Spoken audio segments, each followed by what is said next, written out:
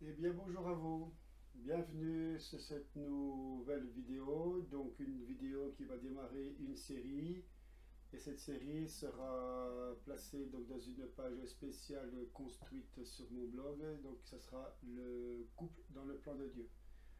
Donc un travail lourd, un travail très difficile à mettre donc en écrit et en remettre en audio. Donc sachez que cette série va parler donc de tout ce qui est concernant le couple, la famille, les enfants. Ça prendra du temps. Tout de suite, donc dans cette première vidéo, nous allons parler du mariage. Donc ce que je vais faire, c'est une étude de ce que j'ai compris, de ce que j'ai reçu. Donc c'est pour vous apporter ma conviction de ce que la parole nous enseigne, de ce que j'ai reçu. Ce n'est pas une doctrine, vous verrez, je vais encore le répéter sûrement dans les autres messages, dans les autres vidéos. Ce n'est pas quelque chose que j'impose, c'est simplement vous apporter une lumière. Il y a quelque chose qui ne va pas dans l'Église, et c'est ce point central-là qui est donc dans le mariage, le divorce, remariage, adultère. Donc ça, c'est quelque chose qu'il va falloir que vous compreniez. Le Seigneur nous prépare pour venir nous chercher son Église, chercher son Église. Donc beaucoup vont être surpris si on continue à marcher encore dans le péché. Des péchés des fois qui sont cachés. Voilà. Donc surtout, si vous avez à cœur, si l'Esprit vous a amené à ce message, ce n'est pas pour moi dans le sens que je voudrais me tirer une gloire personnelle ou quoi que ce soit. J'ai traversé aussi autant de problèmes que vous à travers des couples.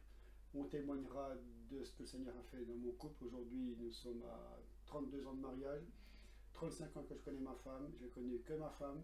Donc vous comprendrez ce que je dis à ce moment-là et ça évite beaucoup de choses, mais nous vivons tous des tribulations et si nous n'avons pas l'Esprit du Seigneur, si nous n'avons pas la pensée du Seigneur, nous n'aurons que des problèmes dans nos couples, dans nos familles et c'est ce qui se passe sous nos yeux. Hein. Donc ça, vous allez le comprendre.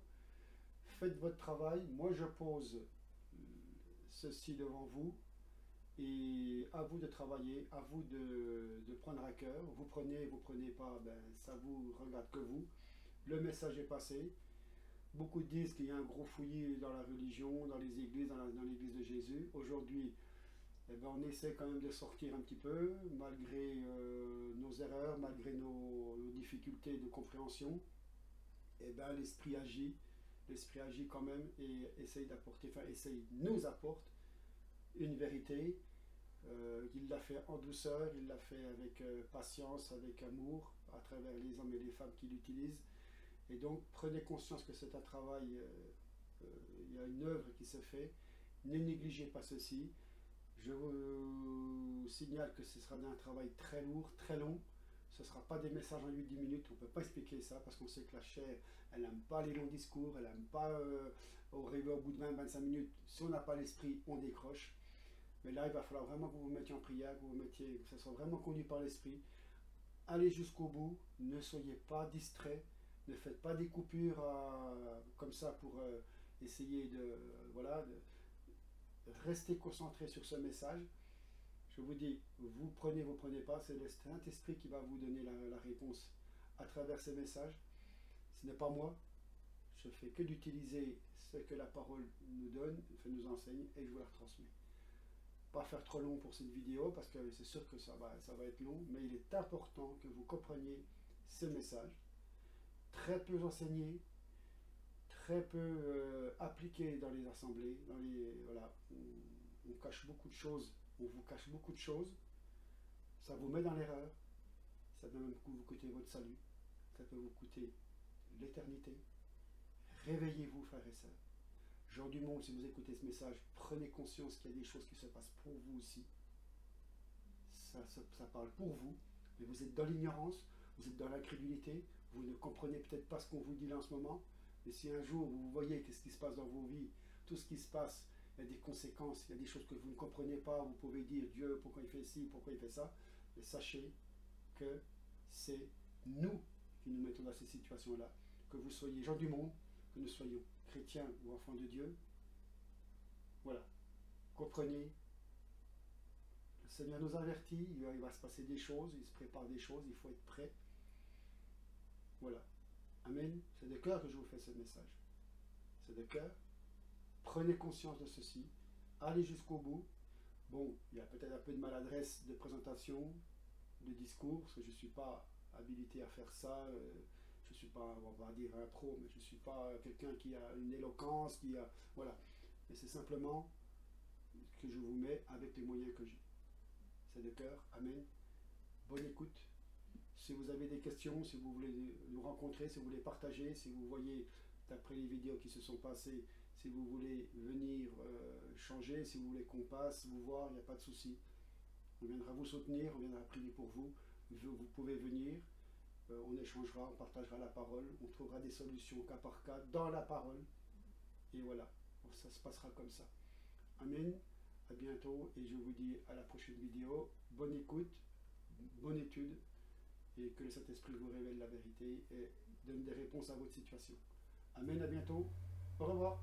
Eh bien, nous voilà dans ce message sur le couple dans le plan de Dieu, partie 1. Donc, nous allons parler du mariage, du divorce, donc avec la séparation, la répudiation, bien comprendre ce que ça veut dire aussi, donc le remariage et l'adultère. Donc, nous allons partir déjà avec cette question. Qu'est-ce que le mariage réellement? Alors, là, on pourrait interpréter beaucoup de choses hein, par rapport à nos cultures, par rapport aux époques, par rapport aux sociétés, comment elles entreprennent, comment elles voient le mariage. Donc, il faut que sachiez, frères et sœurs et gens du monde, si vous écoutez ce message, donc ce message va traiter des sujets très difficiles et très importants, d'ailleurs pour moi, et je les considère comme les sujets les plus importants dans la marche des disciples et serviteurs de Christ. Donc il ne faut pas confondre la marche dans les religions et la marche des serviteurs de Christ. Gens du monde, si vous écoutez ce message, apprenez aussi ce que vraiment la position du mariage. Donc ce sont des sujets tellement délicats qui ont causé tellement de drames, de tragédies dans le monde et surtout dans l'Église de Jésus aujourd'hui, hein, qu'ils ne doivent pas être traités à la légère, ni dans l'enseignement et ni dans la pratique. Donc ça, on va le creuser. Donc le plus important, il faut savoir que c'est l'obéissance au Seigneur en tout.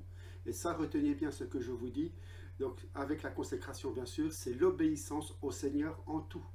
Donc, obéir à sa parole, prendre sa parole comme elle nous enseigne et ne pas laisser le raisonnement.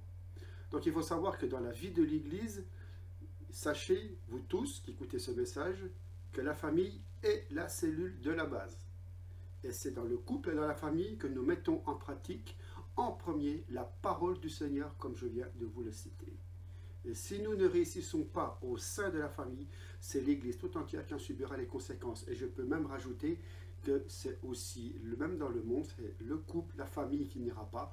Ça sera l'endroit où vous vivez qui n'iront pas, parce que si c'est tous les couples dans un village, dans une ville, ça peut aller jusqu'à la nation, ça peut aller jusqu'à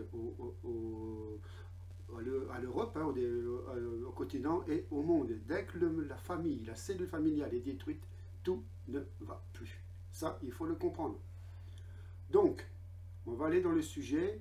Commençons donc d'après ce premier message, parce qu'il faut savoir qu'il y en aura d'autres, je ferai d'autres vidéos, on va parler du mariage. Donc, il faut repartir bien centré sur, là je parle aux chrétiens, je parle aux enfants de Dieu, mais vous, les gens du monde qui sont athées ou qui cherchez le Seigneur, écoutez bien ce message. Donc, il faut comprendre que le Seigneur a créé l'homme et la femme pour qu'ils se marient. C'est le but de la création qui est l'homme et la femme. Donc, il les a créés avec une différence sexuelle, ça je ne vous cache rien. Une complémentarité sur le plan physique, émotionnel, spirituel, pour qu'ils puissent être unis dans les liens du mariage. Ça, on va le comprendre. Donc, le Seigneur a créé l'homme et la femme sur la terre pour qu'ils se marient. C'est le plan du Seigneur. C'est le but suprême de la création tout entière de Dieu. Et il y a un mystère profond par rapport à Christ et à son Église. Le Seigneur a créé l'homme et la femme pour qu'ils s'unissent dans les liens du mariage, pour qu'ils soient heureux, qu'ils prospèrent, qu'ils se multiplient et qu'ils remplissent la terre et qu'ils créent eux-mêmes des générations d'adorateurs de Dieu. Bon, vous qui écoutez, qui entendez pour la première fois ce message, il y a des choses qui vont peut-être vous choquer, vous allez être un petit peu surpris. Mais allez jusqu'au bout et vous verrez, vous pourrez faire une opinion et vous pourrez interpréter après les choses selon comme elles sont dites. Mais il faut bien le comprendre qu'au départ, le péché a cassé ce plan merveilleux du Seigneur. Donc je ne vais pas refaire un cours sur la chute de l'homme, tout ça. Ça, vous arriverez à retrouver ça dans d'autres messages, chez d'autres frères et sœurs. C'est à vous de chercher aussi, parce que sinon la vidéo serait trop longue. Donc maintenant, je vais vous lire un premier passage dans Genèse 1 pour vous montrer ce qu'il y avait dès le début dans le cœur du Seigneur. Vous prenez Genèse 1 au verset 27, qui dit « Dieu créa l'homme à son image. Il le créa à l'image de Dieu, il créa l'homme et la femme. Dieu les bénit et Dieu leur dit « Soyez féconds, multipliez-vous, remplissez la terre et assujettissez-la. Dominez sur les poissons de la mer, sur les oiseaux du ciel et sur tout animal qui se meut sur la terre. » Donc ensuite, à la fin du verset 31, il est dit « Ce fut le 6e jour. » Écoutez bien, donc la fin, le sommet de la création de Dieu. Dieu vit que cela était très bon. C'est bien écrit comme ça. Alors que pour tous les autres jours, il est dit « Dieu vit que cela était bon ». Donc le 6e jour, après avoir créé l'homme et la femme, excusez-moi, et après leur avoir dit « Maintenant multipliez-vous, assujettissez toute la terre », Dieu vit que cela était très bon, très bon. Un peu plus loin, dans Genèse 2, au verset 18, il est dit « L'Éternel Dieu dit, il n'est pas bon que l'homme soit seul. Je lui ferai une aide semblable à lui. » Dieu a commencé par créer l'homme. Il était tout seul. Il n'y avait personne sur la terre. Et Dieu vit qu'il n'était pas bon que l'homme soit seul. Il a dit « Je vais lui créer une aide semblable à lui. » Donc, un peu plus loin, au verset 21, l'Éternel Dieu fit tomber un profond sommeil sur l'homme qui s'endormit. Il prit une de ses côtes et referma la chair à sa place. L'Éternel Dieu forma une femme de la côte qu'il avait prise à l'homme et il la mena vers l'homme. Et l'homme dit, « Voici cette fois, celle qui est os de mes os et chair de ma chair, on l'appellera femme, car elle a été prise de l'homme. C'est pourquoi l'homme quittera son père et sa mère et s'attachera à sa femme et deviendront une seule chair. » Donc, et on voit peu après dans le livre de la Genèse ce que le péché a entraîné. Le plan de Dieu était merveilleux. Il devait faire beaucoup d'enfants, vivre éternellement et ne jamais mourir, sachez-le. Il devait remplir la terre et l'assujettir. Alors, n'oublions pas que dès le départ, le but de Dieu pour l'homme et la femme, c'est le mariage. Il n'y a qu'une seule possibilité où le Seigneur, là on va rentrer dans le sujet, dit qu'il est encore meilleur de ne pas se marier. Non pas que ce soit un état au-dessus, mais c'est un abandon volontaire de cet état pour servir le Seigneur sans distraction, puisque Paul le dit, « Je voudrais que vous soyez tous comme moi ». Ça, on le reverra plus loin. C'est-à-dire célibataire et servant Dieu sans distraction. Mais il s'agit d'un renoncement, d'un sacrifice qui implique un appel particulier et un don particulier de Dieu pour servir sans distraction. Mais ça n'enlève rien au plan parfait de Dieu pour l'homme et la femme, qui est le plan normal, le plan voulu par Dieu. Mariage de l'homme et de la femme qu'il a créé. Donc, on peut y renoncer volontairement. Dans Matthieu 19, au verset 12, Jésus dira « Il y a des eunuques qui le sont dès le sein de leur mère. Il y en a qui le sont devenus par la main des hommes, et il y en a qui le sont devenus volontairement, c'est-à-dire qui ont renoncé volontairement à l'union dans le mariage pour servir le Seigneur sans distraction. Cela implique évidemment un sacrifice et un don particulier du Seigneur, un appel particulier. Ce qui est important, c'est que cette union voulue par Dieu dans le mariage soit indissoluble. Et là, on va creuser. Donc cela veut dire que cette union ne peut en aucun cas être brisée par l'homme. Et retenez bien ceci, je répète, cela veut dire que cette union ne peut en aucun cas être brisée par l'homme. Seule la mort de l'un ou de l'autre peut séparer un mari de sa femme, dans le plan de Dieu, dans le cœur du Seigneur. On va prendre Genèse 2, verset 24, il est dit « L'homme quittera son père et sa mère et s'attachera à sa femme, et ils deviendront une seule chair. » Et c'est un attachement qui doit durer toute la vie terrestre bien sûr, puisque nous savons que dans le ciel, les hommes et les femmes, c'est ce que Jésus dit, ne prendront pas de femme ni de mari. C'est-à-dire que dans le ciel, il n'y a pas de mariage. Nous serons tous comme les anges de Dieu, les hommes ne prendront pas d'épouse et les femmes ne prendront pas de mari. Il continuera à y avoir des hommes et des femmes dans le ciel, puisque Jésus a gardé tous ses caractères masculins après la résurrection, et nous les garderons. Mais il n'y aura aura plus besoin de mariage entre hommes et femmes. C'est terminé. Nous serons au ciel comme les anges du Seigneur. Dans Matthieu 19, au verset 4, Jésus lui-même dit: N'avez-vous pas lu que le Créateur, au commencement, fit l'homme et la femme, et qu'il dit: C'est pourquoi l'homme quittera son père et sa mère et s'attachera à sa femme, et les deux deviendront une seule chair. Ainsi, ils ne sont plus deux, mais ils sont une seule chair. Que l'homme donc ne sépare pas ce que Dieu a uni. Donc c'est bien Dieu qui le précise. Bon, maintenant, comment et quand devient-on mari et femme? Là, on va encore creuser un petit peu plus profond. Puisque la plupart des gens ne connaissent pas le Seigneur dans ce monde, ils se marient, ils ont des enfants sans connaître le Seigneur, sans connaître la volonté de Dieu à leur sujet. Donc, qu'est-ce qui fait qu'un homme devient le mari d'une femme et que la femme devienne son épouse? Eh bien, c'est simplement la décision d'un homme et d'une femme de s'unir et de se marier. C'est aussi simple que cela. Quand un homme et une femme s'aiment et se disent: nous décidons de nous unir et de devenir mari et femme, ils sont unis devant Dieu, même s'ils ne sont pas chrétiens, même s'ils ne le savent pas. Ils sont unis simplement par la volonté qu'ils ont eue de se donner l'un à l'autre, comme mari et femme. Il faut que ce soit bien clair, puisque souvent on entend dire, et j'entends dire, par exemple, que Dieu ne peut unir qu'un mariage chrétien et que tous les mariages qui n'ont pas été unis par Dieu ne sont pas valables devant le Seigneur. C'est un faux enseignement. Il est clair que, dans la pensée du Seigneur, pour n'importe quel homme qui choisit n'importe quelle femme, le mariage est fait devant Dieu, qui est témoin, même si eux ne le savent pas. Et, pour appuyer ce que je viens de dire, je vous lirai dans Romains 7. Bon, il faut que ce soit la parole qui nous persuade. Donc, au verset 1, l'apôtre Paul dit aux Romains: « Ignorez-vous, frères ?» Donc là, apparemment, certains l'ignoraient. Car je parle à des gens qui connaissent la loi, c'est-à-dire la parole de Dieu. Que la loi, donc ce n'est pas la loi des hommes, c'est la loi du Seigneur. La loi exerce son pouvoir sur l'homme aussi longtemps qu'il vit, point d'interrogation. Ainsi, une femme mariée.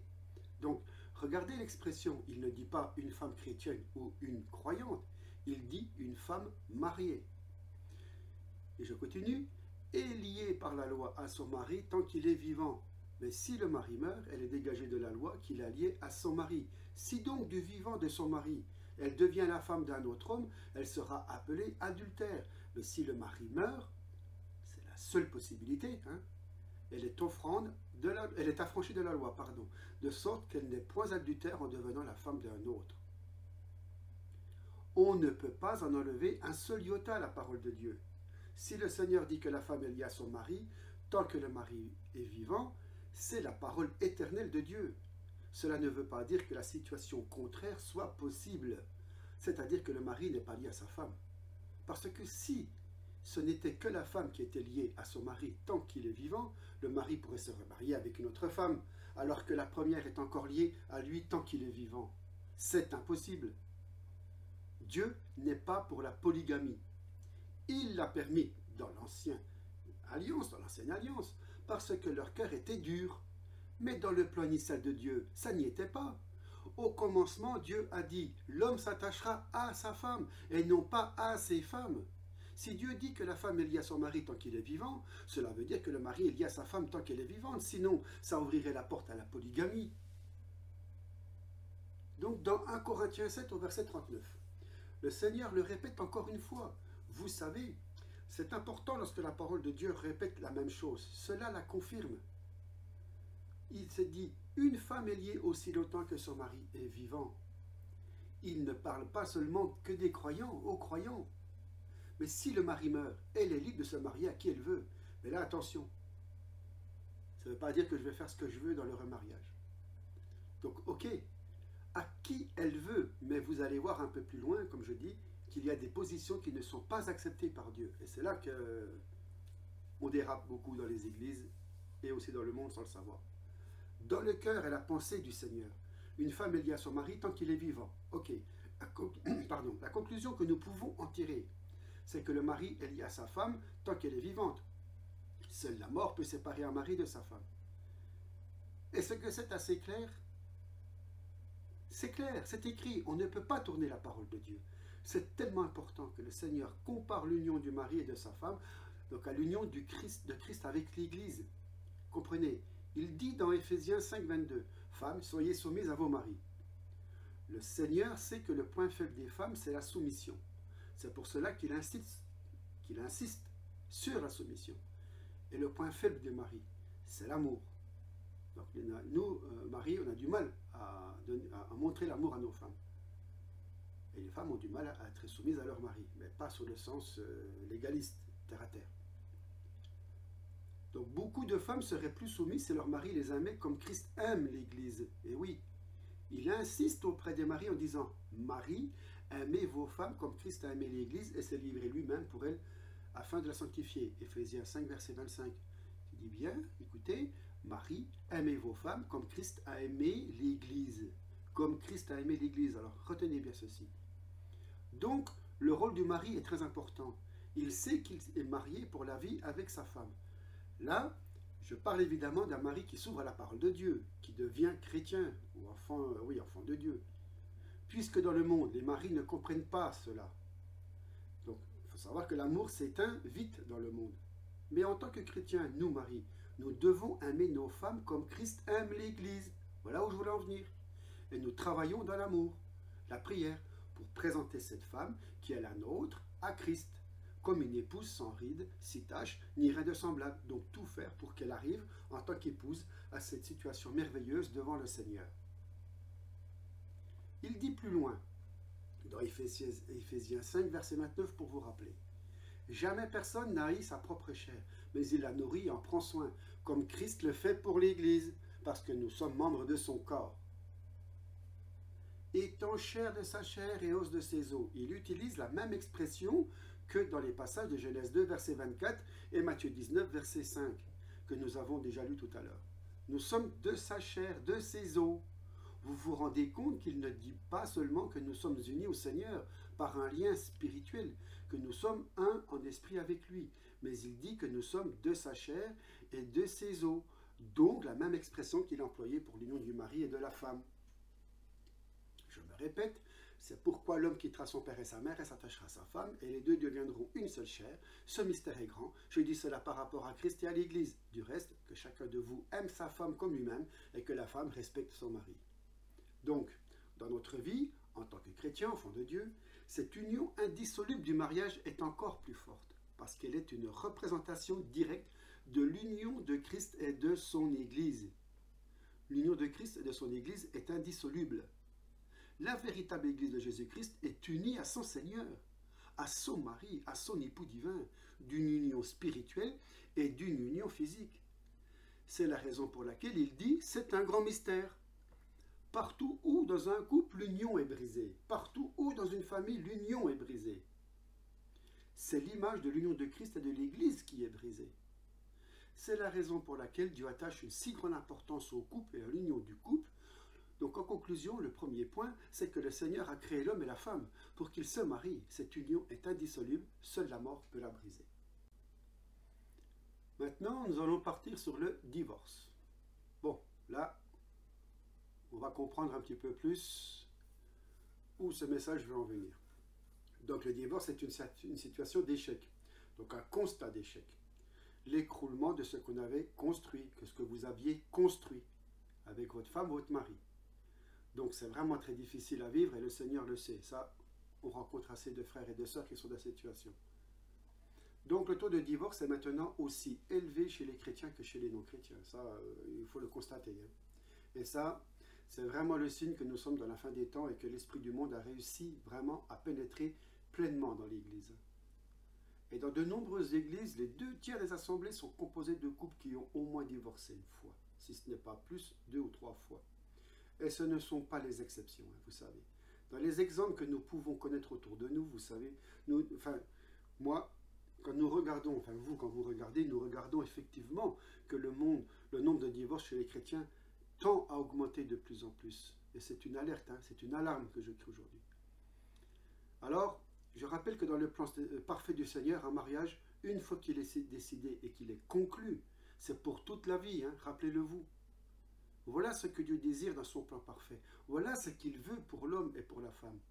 Et c'est la raison pour laquelle, et je le répète, il est tellement important de bien réfléchir avant de se marier. Ce n'est pas un péché, ce n'est pas une honte de se préparer. Les fiançailles sont là pour là, on va encore en parler. Et je parle à des chrétiens, donc des chrétiens qui ont compris qu'ils ne peuvent se marier qu'avec des chrétiens et qu'ils ne peuvent fonder leur foyer que sur la parole du Seigneur. Mais même dans ces cas-là, il faut bien réfléchir. Il faut en faire un sujet de prière sérieux. Dans la parole du Seigneur, une fois qu'un mariage est décidé, pour le Seigneur, il n'y a que la mort qui peut briser cette alliance. Donc je lirai quelques passages dans la parole du Seigneur, tout d'abord dans l'Ancienne Alliance, puis ensuite dans la Nouvelle. Donc on va apprendre dans Deutéronome 22, versets 28 et 29, qui dit « Si un homme rencontre une jeune fille vierge non fiancée, lui fait violence et couche avec elle, et qu'on vienne à les surprendre. L'homme qui aura couché avec elle donnera au père de la jeune fille 50 cycles d'argent, et parce qu'il l'a déshonorée, il la prendra pour femme, et il ne pourra pas la renvoyer tant qu'il vivra. » Donc là, il nous montre là le cas, donc hélas, très fréquent aujourd'hui. Donc d'un jeune homme qui couche avec une jeune fille, même contre sa volonté, et dans la pensée du Seigneur. Il est dit là qu'il devra la prendre pour femme et la garder toute sa vie, parce qu'il a couché avec elle. Il ne pourra pas la renvoyer. Il a fait une seule chair avec elle, et déjà le Seigneur les considère comme mari et femme. Même si l'homme ou la femme, ou les deux, sans le savoir, ils se sont engagés dans le mariage. Ça, je parle aux gens du monde. Même des chrétiens, hein, il y en a qui ne savent pas. Hein. Alors vous voyez l'importance du fait de s'abstenir de toute relation sexuelle avant le mariage. Non seulement parce que c'est une prostitution aux yeux du Seigneur, mais parce que cela nous engage. Il la prendra pour femme, il ne pourra pas la renvoyer tant qu'il vivra. Donc, on va continuer dans Romains chapitre 7, versets 1, 2 et 3. Ignorez-vous, frères, car je parle à des gens qui connaissent la loi, donc la loi de Dieu, hein, que la loi exerce son pouvoir sur l'homme aussi longtemps qu'il vit. Ainsi, une femme mariée est liée par la loi à son mari tant qu'il est vivant. Mais si le mari meurt, elle est dégagée de la loi qui l'a liée à son mari. Si donc du vivant de son mari, elle devient la femme d'un autre homme, elle sera appelée adultère. Mais si le mari meurt, elle est affranchie de la loi, de sorte qu'elle n'est point adultère en devenant la femme d'un autre. Je ne crois pas qu'il faut dire ceci ici. Il faudrait dire ceci. Ah, mais ça, c'est la loi de l'Ancienne Alliance. Ce n'est plus pour nous, chrétiens. Et ça, on l'entend souvent. Hein. Vous savez que dans l'Ancienne Alliance, il y a une multitude de principes spirituels qui montrent ce qu'il y a dans le cœur de Dieu, dans sa volonté pour nous. Ce qui a changé par rapport à l'Ancienne Alliance, c'est tout ce qui était purification du péché, sacrifice pour le péché, tous les rites cérémoniels, etc., etc. Mais les principes spirituels des commandements de Dieu, de ce que Dieu a dans le cœur pour nous, ces principes spirituels demeurent. D'ailleurs, Jésus les reprend dans le sermon sur la montagne. Il vous a été dit, tu feras ceci et cela, mais moi je vous dis, pas d'exclamation. Et il va encore plus loin. Donc là, le Seigneur dit que dans sa pensée, une femme mariée est liée à son mari tant qu'il est vivant. Et ils sont mariés parce qu'ils se sont engagés, parce qu'ils ont eu des relations entre eux sur tous les plans. Et seule la mort peut les séparer. Donc, dans 1 Corinthiens 7, verset 39, l'apôtre reprend exactement la même idée en disant « Une femme est liée aussi longtemps que son mari est vivant, mais si le mari meurt, elle est libre de se marier à qui elle veut, seulement que ce soit dans le Seigneur. » Et là, il y en a qui vont se servir de cette parole. Et comme je le disais précédemment, il y a des règles à respecter. Et vous allez comprendre. C'est-à-dire avec un chrétien et selon la volonté de Dieu. Une femme est liée aussi longtemps que son mari est vivant. Mais si le mari meurt, elle est libre de se marier à qui elle veut. Je me répète. Il ne cite aucune autre exception. Il ne dit pas « je mets à part tel ou tel cas particulier ». Donc une femme est liée simplement par le fait qu'elle est mariée à son mari. Elle est liée toute sa vie. Donc, pour le Seigneur, l'adultère, ce n'est pas simplement le fait d'avoir des relations sexuelles avec une autre femme que son épouse ou un autre homme que son mari. Mais pour le Seigneur, l'adultère, c'est aussi la séparation d'un couple qui existait et le remariage de l'un des conjoints. Il faut que ceci, mes bien-aimés, soit clair dans votre esprit. Regardons ce que dit Jésus. Nous allons lire systématiquement tous les passages dans la bouche du Seigneur Jésus où il parle de cela, dans Matthieu 5 au verset 31. Il a été dit que celui qui répudie sa femme, il a une lettre de divorce. Ça, C'était l'ancienne alliance, la loi.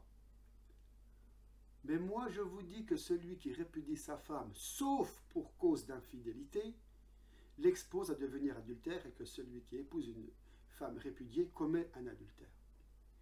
Donc là, le Seigneur introduit ici une possibilité de séparation entre le mari et la femme pour une seule raison, l'adultère de la femme. Et réciproquement, si c'est dans l'autre sens, c'est l'adultère de l'homme pour la femme.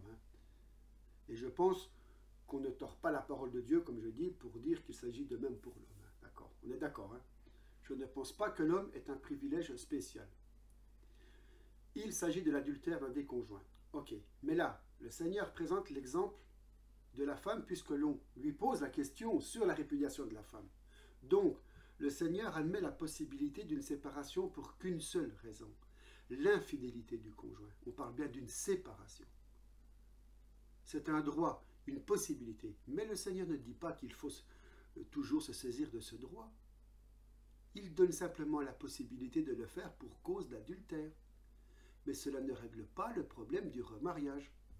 Le Seigneur ne dit pas là que celui qui a répudié sa femme adultère peut se remarier librement. Il ne le dit pas. Il dit simplement, je vous dis que celui qui répudie sa femme, sauf pour cause d'infidélité, l'expose à devenir adultère. Adultère pourquoi? Parce qu'elle risque de se remarier, donc de commettre l'adultère doublement. Et à ce moment-là, qui est dit à la parole, est que celui qui épouse une femme répudiée commet un adultère. Donc, si on isole simplement ce verset de tout le reste de la parole de Dieu, on pourrait bâtir toute une théologie pour dire, vous voyez bien que le Seigneur permet le remariage dans le cas de l'adultère d'une partenaire. Et ça, on est beaucoup basé là-dessus. Mais moi, je ne vois pas cela. Et ceci est en contradiction avec le reste de l'enseignement de la parole de Dieu, et notamment ces passages que nous venons de lire, et qui concernent la femme en général, et non pas la femme adultère en particulier. Donc lisons un peu plus loin dans Matthieu 19 au verset 3. Les pharisiens l'abordèrent et dirent pour l'éprouver, est-il permis à un homme de répudier sa femme pour un motif quelconque? Voilà la question qui est posée. La question c'était, est-ce qu'il est permis de répudier pour un motif quelconque? Donc il répondit, n'avez-vous pas lu que le Créateur au commencement fit l'homme et la femme, et qu'il dit que le Créateur au commencement fit l'homme et la femme, et qu'il dit, c'est pourquoi l'homme quittera son père et sa mère et s'attachera à sa femme, et tous deux deviendront une seule chair. Ainsi ils ne sont plus deux, mais ils sont une seule chair. Que l'homme donc ne sépare pas ce que Dieu a joint. Pourquoi donc, lui dirent-ils, Moïse a-t-il prescrit de donner à la femme une note de divorce et de la répudier? Il leur répondit, c'est à cause de la dureté de votre cœur que Moïse vous a permis de répudier vos femmes. Au commencement, il n'en était pas ainsi, mais je vous dis que celui qui répudie sa femme, sauf pour infidélité, et qui en épouse une autre, commet un adultère, et celui qui épousera celle qui a été répudiée commet aussi un adultère. Donc, comprenez bien, celui qui épousera celle qui a été répudiée, il n'ajoute pas « sauf pour infidélité », il dit simplement « celui qui épousera une femme répudiée, donc divorcée, commet aussi un adultère ». Et j'en suis sûr qu'en ce moment où vous écoutez ceci, j'en suis sûr qu'il y a de la résistance, et nous avons besoin tous de connaître, vous avez besoin de connaître quelle est dans le cœur de Dieu la pensée profonde du Seigneur. Tout ce qui arrive est permis par Dieu, mais tout ce qui arrive ne traduit pas nécessairement le désir profond du cœur de Dieu, la volonté parfaite du Seigneur. Et c'est cette volonté-là parfaite qui nous intéresse en tant que chrétiens. Retenez bien ceci. Nous ne voulons pas du deuxième ou du troisième plan, nous voulons le plan parfait du Seigneur. Une fois que les dégâts ont pu être faits, il faut revenir au Seigneur pour demander sa miséricorde, pour qu'il puisse réparer ce qui peut être réparé. Mais avant d'avoir commis le moindre dégât, nous avons intérêt à savoir ce qu'il y a dans le cœur de Dieu, comme volonté parfaite pour nous, pour que nous puissions vraiment le glorifier et que nous puissions être vraiment heureux sur la terre. Et un peu plus loin, il dit au verset 10, ses disciples lui dirent, si telle est la condition de l'homme à l'égard de la femme, il n'est pas avantageux de se marier. Il leur répondit, Tous ne comprennent pas cette parole, mais seulement ceux à qui cela est donné. Car il y a des eunuques qui le sont dès le ventre de leur mère, il y en a qui le sont devenus par les hommes, il y en a qui se sont rendus tels eux-mêmes à cause du royaume des cieux. Vous voyez que ce passage-là vient tout de suite après le passage précédent, où on posait la question à Jésus de la possibilité de répudier sa femme, et Jésus enchaîne en disant que celui qui répudie sa femme et qui en épouse une autre comme un adultère. Et aussitôt il ajoute, celui qui se rend eunuque pour le royaume de Dieu. Ça veut dire que celui qui accepte de rester célibataire, dans le cas qu'il vient de signaler, pour le service du Seigneur. Donc le Seigneur autorise la séparation pour cause d'infidélité. Mais dans la pensée parfaite du Seigneur, ce qu'il désire, c'est que les deux qui se sont séparés soit se réunissent à nouveau et se réconcilient, soit qu'ils restent sans se remarier. Qu'ils se rendent nus eux-mêmes pour le service du Seigneur. On ne peut pas faire n'importe quoi, et même si le Seigneur permet certaines choses à cause de la dureté du cœur, il faut aussi savoir supporter les conséquences de nos actions.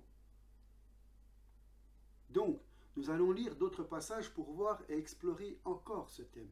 Dans Marc 10, verset 2, les pharisiens l'abordèrent et pour l'éprouver, ils lui demandèrent s'il est permis à un homme de répudier sa femme. Il répondit, « Que vous a prescrit Moïse ?» Moïse, dirent-ils, a permis d'écrire une lettre de divorce et de répudier. Et Jésus leur dit, « C'est à cause de la dureté de votre cœur que Moïse vous a donné ce précepte. Mais au commencement de la création, Dieu fit l'homme et la femme. C'est pourquoi l'homme quittera son père et sa mère et s'attachera à sa femme, et les deux deviendront une seule chair. Ainsi, ils ne sont plus deux, mais ils sont une seule chair. Que l'homme ne sépare pas ce que Dieu a joint. » Lorsqu'il fut dans la maison, les disciples interrogèrent encore là-dessus. Il leur dit, « Celui qui répudie sa femme qui en épouse une autre commet un adultère à son égard. » Là, il ne met pas l'exception pour cause d'infidélité, mais il insiste simplement sur le fait de répudier sa femme et d'en épouser une autre. Et il ajoute, et si une femme quitte son mari, il ne dit pas une femme adultère, hein. Il dit bien, et si une femme quitte son mari. Si une femme quitte son mari et en épouse un autre, elle commet un adultère. Donc si une femme quitte son mari et en épouse un autre, elle commet un adultère. Et moi je dirais aussi, si un homme quitte sa femme et s'en épouse une autre, et en épouse une autre, il commet un adultère. C'est réciproque. Hein. Et il n'y a aucune exception indiquée par là par le Seigneur. Il dit simplement quitter et épouser. Voilà l'adultère. Quitter simplement pour cause d'adultère d'un des partenaires, c'est permis. Je dis bien, quitter simplement pour cause d'adultère d'un des partenaires est permis. C'est permis. Mais quitter sa femme pour une raison quelconque et en épouser une autre, c'est là l'adultère. Parce que la femme est liée à son mari, quel qu'il soit, toute sa vie durant, par la décision du mariage. C'est la loi de Dieu. Dans Luc 16, verset 18, « Quiconque répudie sa femme en épouse une autre comme un adultère, et quiconque épouse une femme répudiée ou divorcée par son mari comme un adultère. » Là, le Seigneur ne glisse pas l'exception d'infidélité. Hein. Il n'a pas besoin de le faire parce qu'il sait dans son cœur que l'adultère, c'est le fait de quitter sa femme et d'en épouser une autre. L'adultère, c'est quitter son mari et en épouser un autre. Il n'a pas besoin de mettre ici pour cause d'infidélité. Le fait de quitter sa femme pour un motif quelconque, c'est permis si elle est infidèle. Mais quitter sa femme pour un motif quelconque et en plus en épouser une autre, là c'est l'adultère. Vous comprenez bien la différence? Cela veut dire tout simplement que dans la pensée du Seigneur, il autorise, mais malgré lui, contre le désir de son cœur, la séparation, mais il demande aux deux partenaires de rester seuls. Dans 1 Timothée 3, je soulignerai une exigence particulière pour les ministères de conduite spirituelle. Hein. Dans 1 Timothée 3, verset 1, « Cette parole est certaine. Si quelqu'un aspire à la charge d'évêque, donc qui veut dire de conducteur spirituel, de surveillant de l'Église, il désire une œuvre excellente, mais il faut que l'évêque soit irréprochable, mari d'une seule femme. » Ça ne veut pas dire que les autres ont la permission d'être polygames, hein. Ça veut dire que l'une des conditions demandées pour être évêque dans l'Église du Seigneur, c'est d'avoir été marié d'une seule femme, sobre, modéré, régler sa conduite, hospitalier, propre à l'enseignement. Pourquoi prendre toutes les autres conditions et laisser celle-ci de côté? Et on rejoint ici la pensée du Seigneur quand il dit il est important que tu comprennes que quelqu'un quitte sa femme et qu'en épouse une autre commet un adultère. C'est grave pour tout le monde, mais c'est encore plus grave pour un conducteur. Et dans Tite, un peu plus loin, au chapitre 1, verset 5, qui dit « Je t'ai laissé en Crète afin que tu mettes en ordre ce qui reste à régler et que selon mes instructions, tu établisses des anciens dans chaque ville, s'il s'y trouve quelques hommes irréprochables, maris d'une seule femme. » Ah. Comme si le fait d'avoir une deuxième femme constituait une tâche et un reproche, mari d'une seule femme, il ne dit pas « je mets une exception ». S'il avait une femme infidèle qui est partie, il n'avait aucune responsabilité, ce n'était pas sa faute, il pouvait se remarier dans ce cas-là. Il n'y a pas d'exception. Il faut qu'il soit et qu'il ait été marié d'une seule femme. Et je pense pour ma part que cette condition est complètement négligée dans l'établissement des anciens, le plus souvent dans les églises ou dans l'église. Maintenant, on va regarder en détail 1 Corinthiens 7 parce que là, il y a beaucoup d'enseignements sur ce plan. Alors regardons 1 Corinthiens 7 et on voit apparaître la pensée du Seigneur dans tout ce chapitre. Au verset 8, « À ceux qui ne sont pas mariés ». Et là, on parle de célibataires et sans avoir eu de rapport. Soyons clairs et précis. « Et aux veuves, je dis qu'il est bon de rester comme moi, c'est-à-dire célibataire. Il est bon. Il n'en est pas à un ordre, bien sûr, mais il est bon. S'il manque de continence, qu'il se marie. » Remarquez bien que dans les deux catégories qu'il indique, il ne parle pas des divorcés pour une raison ou pour une autre, y compris pour cause d'infidélité. Il ne parle que de deux catégories de personnes, les célibataires et les veuves. Il est bon qu'il reste célibataire, dit-il, mais s'il manque de continence, qu'il se marie. Il n'est pas parlé des divorcés dans ce passage. Maintenant, verset 10. « À ceux qui sont mariés, j'ordonne non pas moi, mais le Seigneur. » Remarquez bien que c'est un ordre du Seigneur. J'ordonne non pas moi, mais le Seigneur. Que la femme ne se sépare pas de son mari si elle est séparée, qu'elle demeure sans se marier. Sans se remarier, bien sûr. Ou qu'elle se réconcilie avec son mari et que le mari ne répudie point sa femme. Écoutez, mes frères et sœurs bien-aimés. Donc en face d'une telle clarté de la parole de Dieu, je n'arrive pas à comprendre la position qui est prise par tellement d'églises, de chrétiens, de conducteurs en ce qui concerne l'autorisation du remariage. Et je relis devant vous ce passage ici. À ceux qui sont mariés, j'ordonne non pas moi, mais le Seigneur, que la femme ne se sépare pas de son mari si elle est séparée. Donc, lui aussi, qui connaît la pensée de Dieu, admet la possibilité d'une séparation, notamment en cas d'infidélité. On ne peut pas obliger quelqu'un qui est infidèle à rester au foyer, c'est évident. Mais l'ordre du Seigneur s'adresse à l'autre qui est fidèle. Si elle est séparée, qu'elle demeure sans se marier et qu'elle se réconcilie avec son mari. Et personnellement, j'aurais tendance à en dire autant pour le mari. Je ne vois aucune raison spirituelle pourquoi le mari, lui, aurait la permission du Seigneur de se remarier et pas la femme. Il faut souligner le verset 20, parce qu'il est souvent utilisé par ceux qui se remarient pour défendre leur position. Et là, il me semble que cet argument utilisé de cette manière est complètement en dehors de ce contexte. Il est dit au verset 20 que chacun demeure dans l'état où il était lorsqu'il a été appelé par Dieu à la conversion. Et dans certains cas, j'ai vu dans certaines églises des responsables voir arriver devant eux un couple où, par exemple, l'un était divorcé, il fréquentait une autre femme, il n'était pas encore marié, et le conseil qui lui était donné, c'était de dire « Bon, tu es divorcé, tu es en train de fréquenter une femme, il faut que tu mettes ta vie en règle avant de te faire baptiser. Donc, va à la mairie et marie-toi en vitesse pour que ta situation soit régularisée. Marie-toi avec la nouvelle femme, et en utilisant ce verset, donc que chacun demeure dans l'état où il était lorsqu'il a été appelé. Et on lui dit, quand tu t'es converti, tu étais divorcé, vivant avec une nouvelle femme, eh bien, reste comme tu es. » Ce n'est pas du tout la pensée du Seigneur. On tord la pensée du Seigneur en prenant ce verset pour justifier cette position. Parce que si vous regardez le contexte où est mis ce verset, il est dit d'abord au verset 19. La circoncision n'est rien. La circoncision n'est rien, mais l'observation des commandements de Dieu est tout. Que chacun demeure dans l'état où il était lorsqu'il a été appelé. As-tu été appelé esclave? Ne t'en inquiète pas, mais si tu peux devenir libre, profites-en plutôt, car l'esclave qui a été appelé dans le Seigneur est un affranchi du Seigneur. De même, l'homme libre qui a été appelé est un esclave de Christ. Vous avez été rachetés à un grand prix. Ne devenez pas esclaves des hommes, que chacun, frère, demeure devant Dieu dans l'état où il était lorsqu'il était appelé. Donc pour moi, le contexte me semble évident.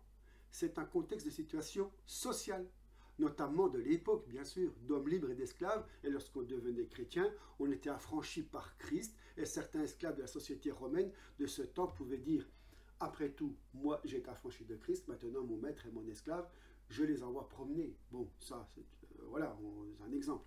Mais il leur est dit, là, clairement, reste dans l'état où tu étais. Ce n'est pas ça qui compte. Si tu es esclave, reste esclave. Si tu peux te faire libérer, fais-toi plutôt libérer. Si tu es l'homme libre, eh bien, reste dans l'état où tu es. Cela me semble évident. On ne peut pas utiliser ce verset pour dire, tu t'es converti, divorcé, vivant avec une autre femme, eh bien, reste comme tu es. Parce qu'on tord la parole du Seigneur. Et notamment, quelques versets plus haut, où il est dit à toutes les femmes mariées de ne pas se séparer de leur mari et de se réconcilier s'il est possible. En ce qui concerne les vierges et les veuves, on voit aussi la même pensée qui apparaît là. Le désir du cœur dans la bouche de Paul, c'est de dire aux vierges, il est meilleur que vous restiez vierge plutôt que vous vous mariez. Il est meilleur, mais ce n'est pas un péché de se marier. Seulement, vous éviterez des tribulations, des distractions, etc. dans la chair. Et il est dit aux veuves aussi au verset 40, la veuve est plus heureuse néanmoins si elle demeure comme elle est, c'est-à-dire veuve, seule, suivant mon avis, et moi aussi je crois avoir l'Esprit de Dieu. Donc, cela éprouve que Dieu est capable de venir avec toute la puissance de sa parole pour soutenir ceux qui sont seuls, les veufs, mais aussi les célibataires divorcés, pour les remplir de bonheur parce qu'il dit « Tu seras plus heureux si tu restes dans l'état où tu es ». Et si la parole de Dieu le dit, c'est que Dieu est capable de confirmer sa parole et de combler la vie de cet être seul ou qui a été injustement traité ou dont le mari ou la femme est parti. Dieu est capable de lui mettre un bonheur parfait à son service. Certains pourraient dire, mais alors, si telle est la condition de l'homme marié, comme les disciples disaient au Seigneur, que faire dans le cas d'un couple divorcé, remarié, dont le mari a par exemple divorcé de sa première femme, s'est remarié avec une autre et tous les deux se convertissent au Seigneur? Eh bien, je vais résumer d'une façon claire ce qui me semble être la pensée du Seigneur. Je le résume une nouvelle fois pour que ce soit bien clair. Le mariage est indissoluble pour Dieu, on est d'accord. Dieu permet la séparation dans un seul cas, infidélité du conjoint. Dieu ne permet pas le remariage et il demande de rester seul pour un service du Seigneur sans distraction. Je suis persuadé pour ma part que le remariage du chrétien est un péché d'adultère qui doit être confessé comme tel. Et le problème est grave.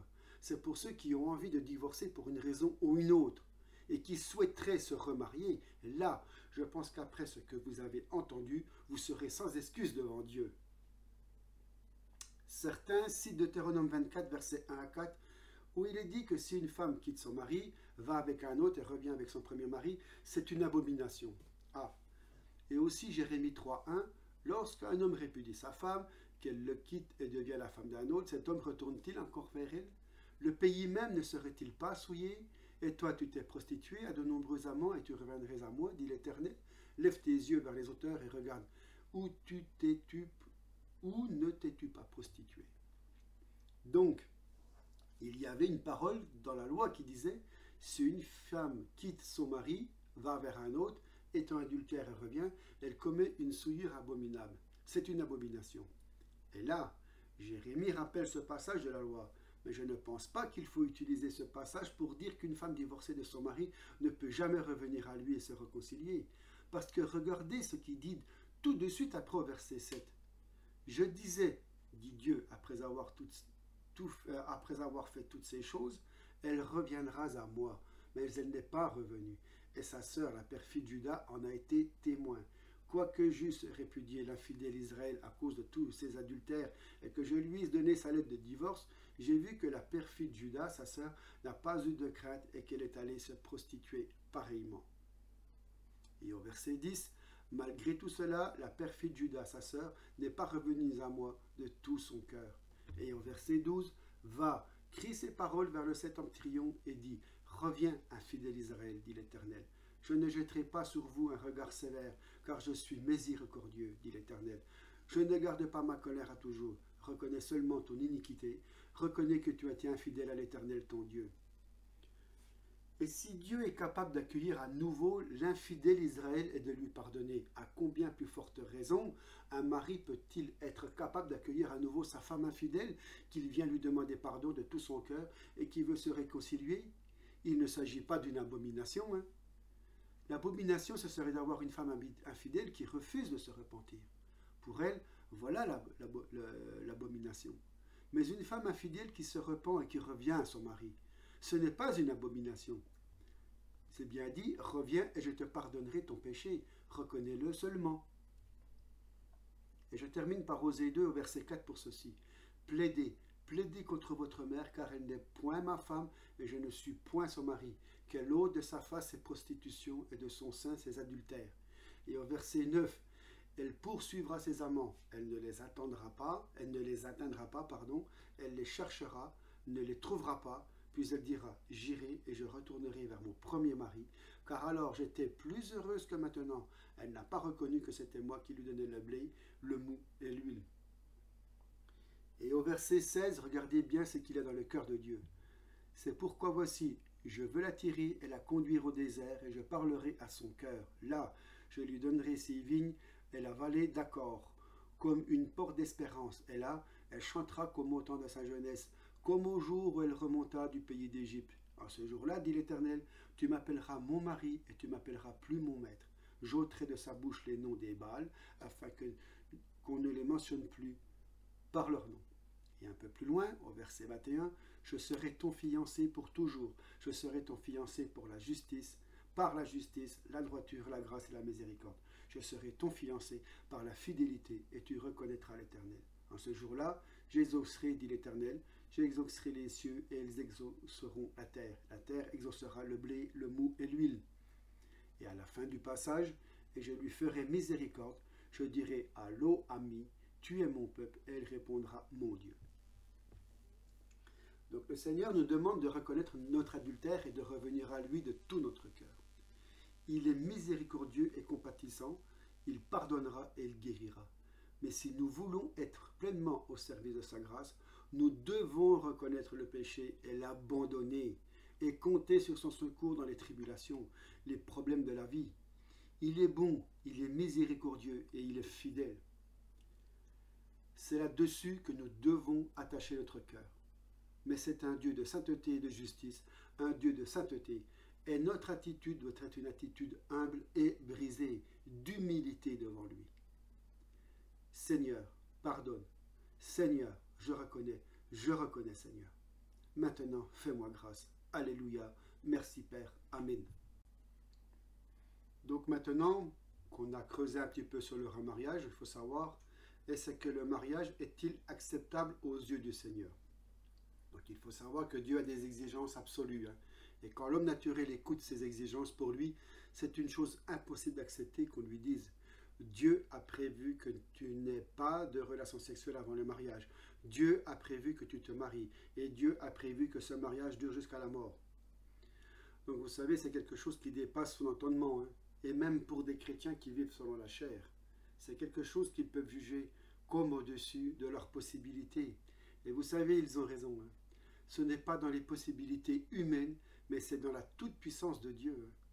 Et comme Jésus est un Dieu de grâce et un Dieu d'amour, il a prévu que l'on puisse lui obéir en nous donnant une nouvelle naissance, en faisant de nous des nouvelles créations capables d'obéir. Il nous donne un esprit nouveau capable d'obéir. Et il veut nous apprendre à marcher selon sa puissance et pas selon nos impossibilités.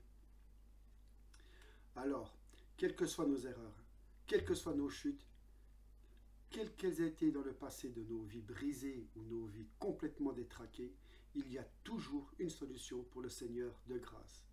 Il faut que cette assurance soit dans nos cœurs, dans vos cœurs, que le Seigneur a toujours, par sa toute-puissance, la possibilité de nous prendre et de nous poser sur le rocher que nous ne pouvons pas atteindre nous-mêmes. Quand nous comprenons la grâce du Seigneur, on accepte plus facilement sa parole parce que l'on sait que c'est par sa puissance que nous allons y arriver et non pas par nos propres moyens. Il y a de quoi vraiment nous réjouir dans le fond du cœur. Alléluia! 1 Corinthiens 7 au verset 8. Paul, l'apôtre, inspiré par le Saint-Esprit, dit « À ceux qui ne sont pas mariés et aux veuves, je dis qu'il est bon de rester comme moi, c'est-à-dire seul, mais s'il manque de continence, etc. » Vous connaissez la suite. S'il manque de continence, quelle est la seule solution du Seigneur? Si un homme ou une femme dit « Moi, je ne peux pas rester seul, je ne peux pas », l'ordre du Seigneur, c'est qu'il se marie. Donc, à toutes les époques et dans tous les pays, il y a eu des procédures particulières, des actes particuliers pour conclure un mariage. Et ce que le Seigneur veut, c'est que l'homme s'engage envers sa femme et sa femme envers lui, par un acte précis qui s'appelle le mariage.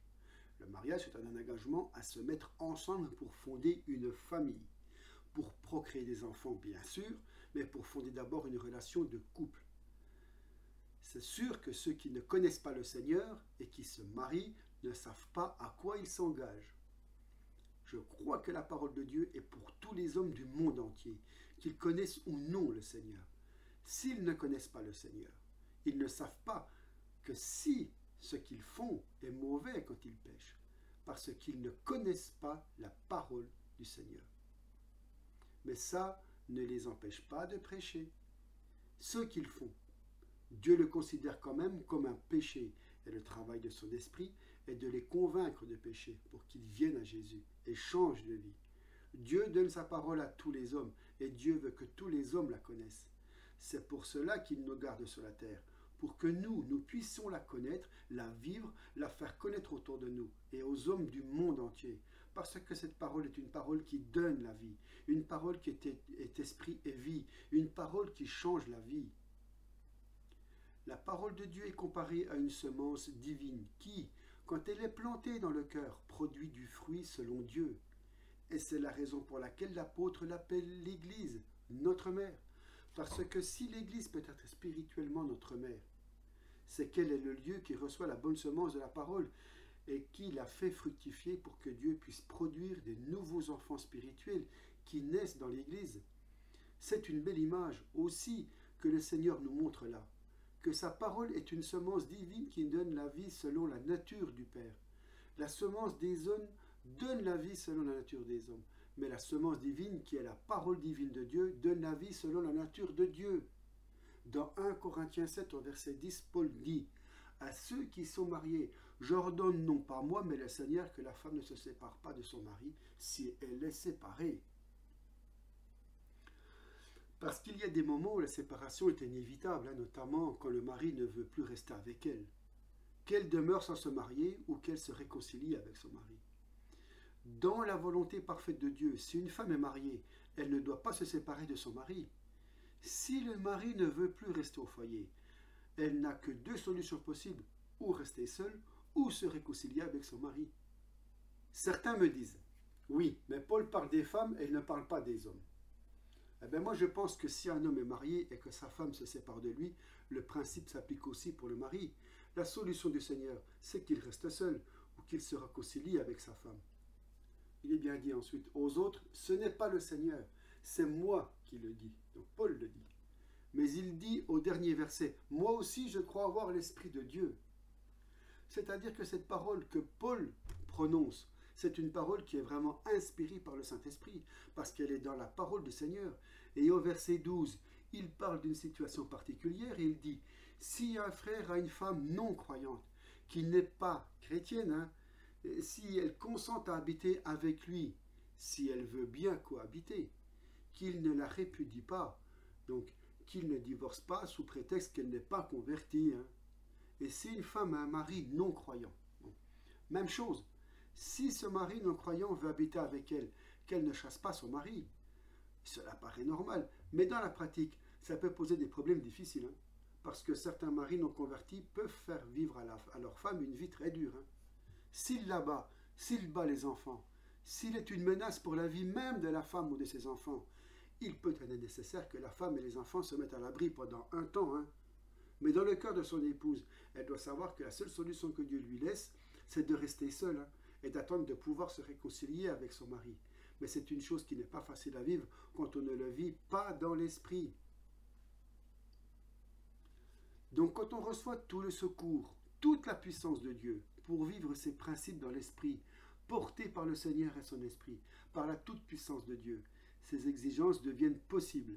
Sinon, si l'on compte sur la chair, ou nos propres forces, ou nos propres résolutions, elles sont absolument impossibles. On ne peut pas vivre la parole de Dieu par la force de notre volonté, de notre force personnelle. On ne peut pas. Cela peut marcher un temps, mais ça ne peut pas marcher toute la vie. On a besoin de confesser nos impossibilités au Seigneur et de lui dire « Seigneur, je réalise que je suis au bout de mes forces personnelles, et tant mieux, parce que maintenant je peux compter sur la puissance de ton esprit.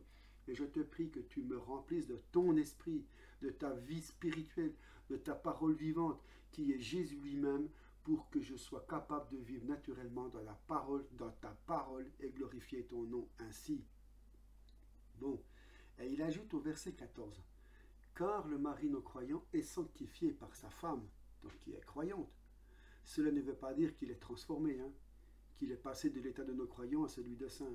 Cela veut dire qu'il est mis à part pour Dieu. S'il consent habiter avec sa femme, il est mis à part pour Dieu, et Dieu peut travailler dans sa vie. Et la femme non croyante est sanctifiée par son mari. Vous voyez l'importance qu'il y a pour l'homme converti ou la femme convertie, dont le conjoint n'est pas converti, de rester fidèle à Dieu. Parce qu'en restant fidèle à Dieu, il ou elle permet au Seigneur de travailler dans le cœur de son conjoint. Même si quelquefois ça paraît long et difficile, le Seigneur peut travailler pour accomplir sa volonté. Et en plus, il dit, autrement, vos enfants seraient impurs, tandis que maintenant, ils sont saints. Pour que des enfants d'une famille soient saints, il suffit que l'un des parents soit converti et fidèle. C'est merveilleux de le savoir, autrement, ils seraient considérés par Dieu comme impurs, parce que les deux parents ne seraient pas au Seigneur ou ne marcheraient pas dans la volonté de Dieu. Combien de familles nous connaissons où l'un des deux conjoints, et je dois dire le plus souvent la femme, l'épouse est fidèle, et grâce à sa fidélité, Dieu peut agir pour garder ses enfants considérés par Dieu comme mis à part pour lui. C'est quelque chose qui est difficile à comprendre quand il dit « Vos enfants sont saints, autrement ils seraient considérés comme impurs ». Si les deux parents ne sont pas croyants, les enfants sont considérés par Dieu comme impurs. Si l'un des parents est converti et fidèle, les enfants sont sanctifiés. Et si le conjoint qui n'est pas fidèle est aussi mis à part pour Dieu, c'est comme s'il y avait une affiche qui disait « Entrée réservée à Dieu ». Dieu dit « Je peux travailler dans sa vie » parce qu'il y a quelqu'un de fidèle dans le foyer. C'est une promesse merveilleuse. Ça doit nous encourager, frères et sœurs, à rester fidèles à Dieu, à compter sur sa fidélité pour qu'il nous garde fidèles, pour que sa volonté puisse s'accomplir dans tout le foyer, dans toute la famille. Donc, dans Acte 16, au verset 30, on va prendre pour le gardien de la prison qui demande à Paul, « Que faut-il que je fasse pour être sauvé ?»